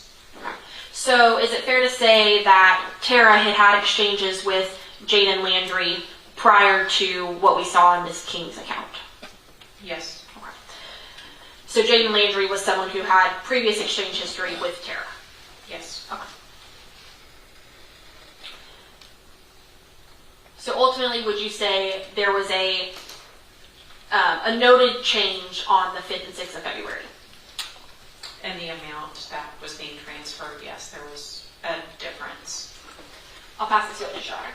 Jacob, no further questions? Okay, you may step down. Thank you. Thank you. Come on, next witness. Oh, quick bathroom break. All right, we'll be right back. Thank you. All rise for the jury.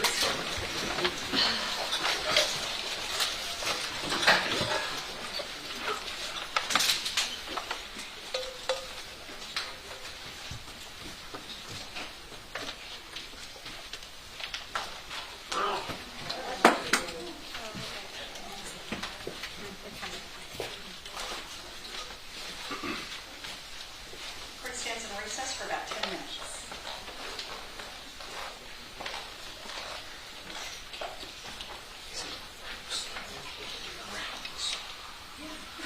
I think you're free to go.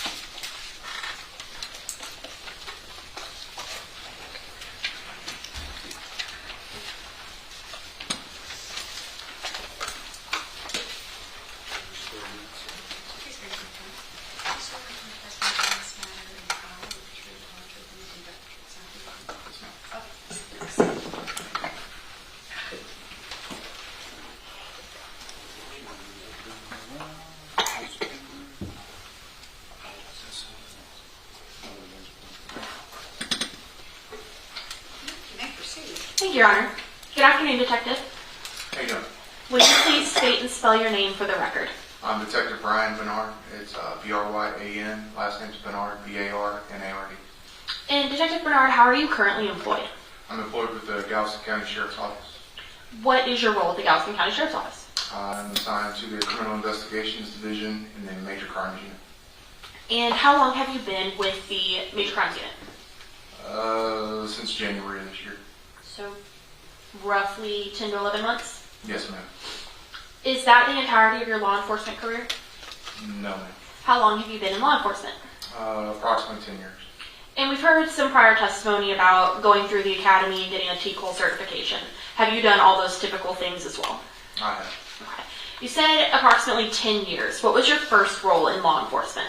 I started with the Santa Fe Police Department in January of 2016. How long were you with the Santa Fe Police Department? Almost 4 years. And what role did you have with them? I was a patrolman.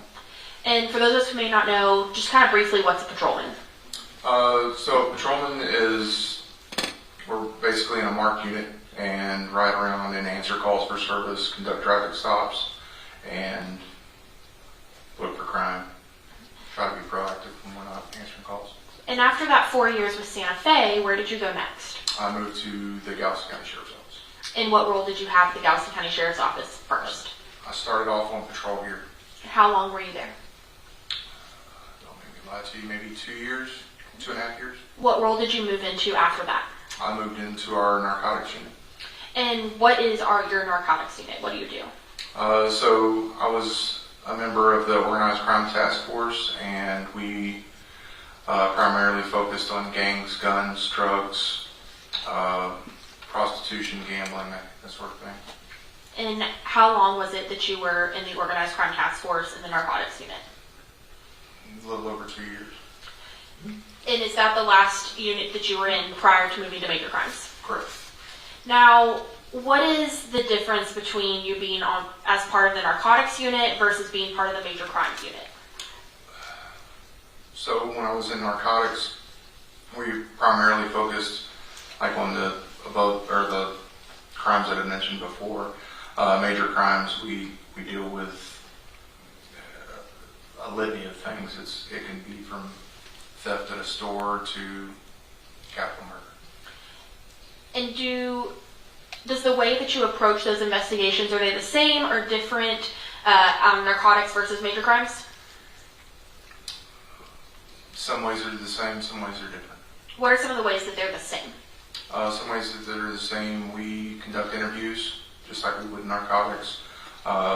We have access to the same tools that we use in narcotics as far as researching and that type of thing that are law enforcement specific. We conduct surveillance just like we would when we were in narcotics. One of the differences is we don't use CIs or do undercover buys and that sort of thing. And just so everyone's on the same page, what would a CI be? Confidential informant. Okay. And that's something that you would typically use in the narcotics unit, but not in major crimes? Correct. Okay. I want to bring your attention to February 6, 2025. What were you doing on that day? I got a call that there was a suspicious death in Bacliff. I was And you- actually asleep when this all went down. That was about to be my question. You said you were actually asleep. About what time did this call come in? Roughly midnight, a little after. So would it be after midnight then on the February 7th, that Friday?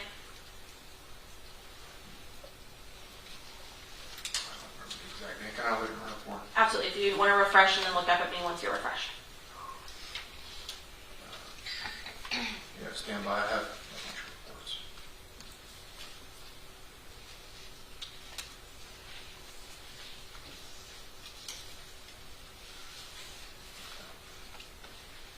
It would have been a little after midnight on February the 8th. That's what I wrote in the report. I may have missed the date. No problem. Is it fair to say that you were called the night of a Thursday going into a Friday? Yes. Okay. And if we have previous testimony that Thursday is the 6th and Friday is the 7th, does that sound right? I can't argue with the calendar. Okay. So you get this call around midnight, and you said there was a suspicious death, correct? Yes, ma'am. Now, where was it that you were sent to? 4723 15th Avenue, or 15th Street, Bacliff, Galveston County, Texas. And what kind of area was 15th Street in Bacliff? It's a residential neighborhood. And what, was 4723 a residence? Yes, ma'am. It sits on the east side of 15th Street. And when you, are you familiar with the Bacliff area? Very. Why very? I patrolled that area for the time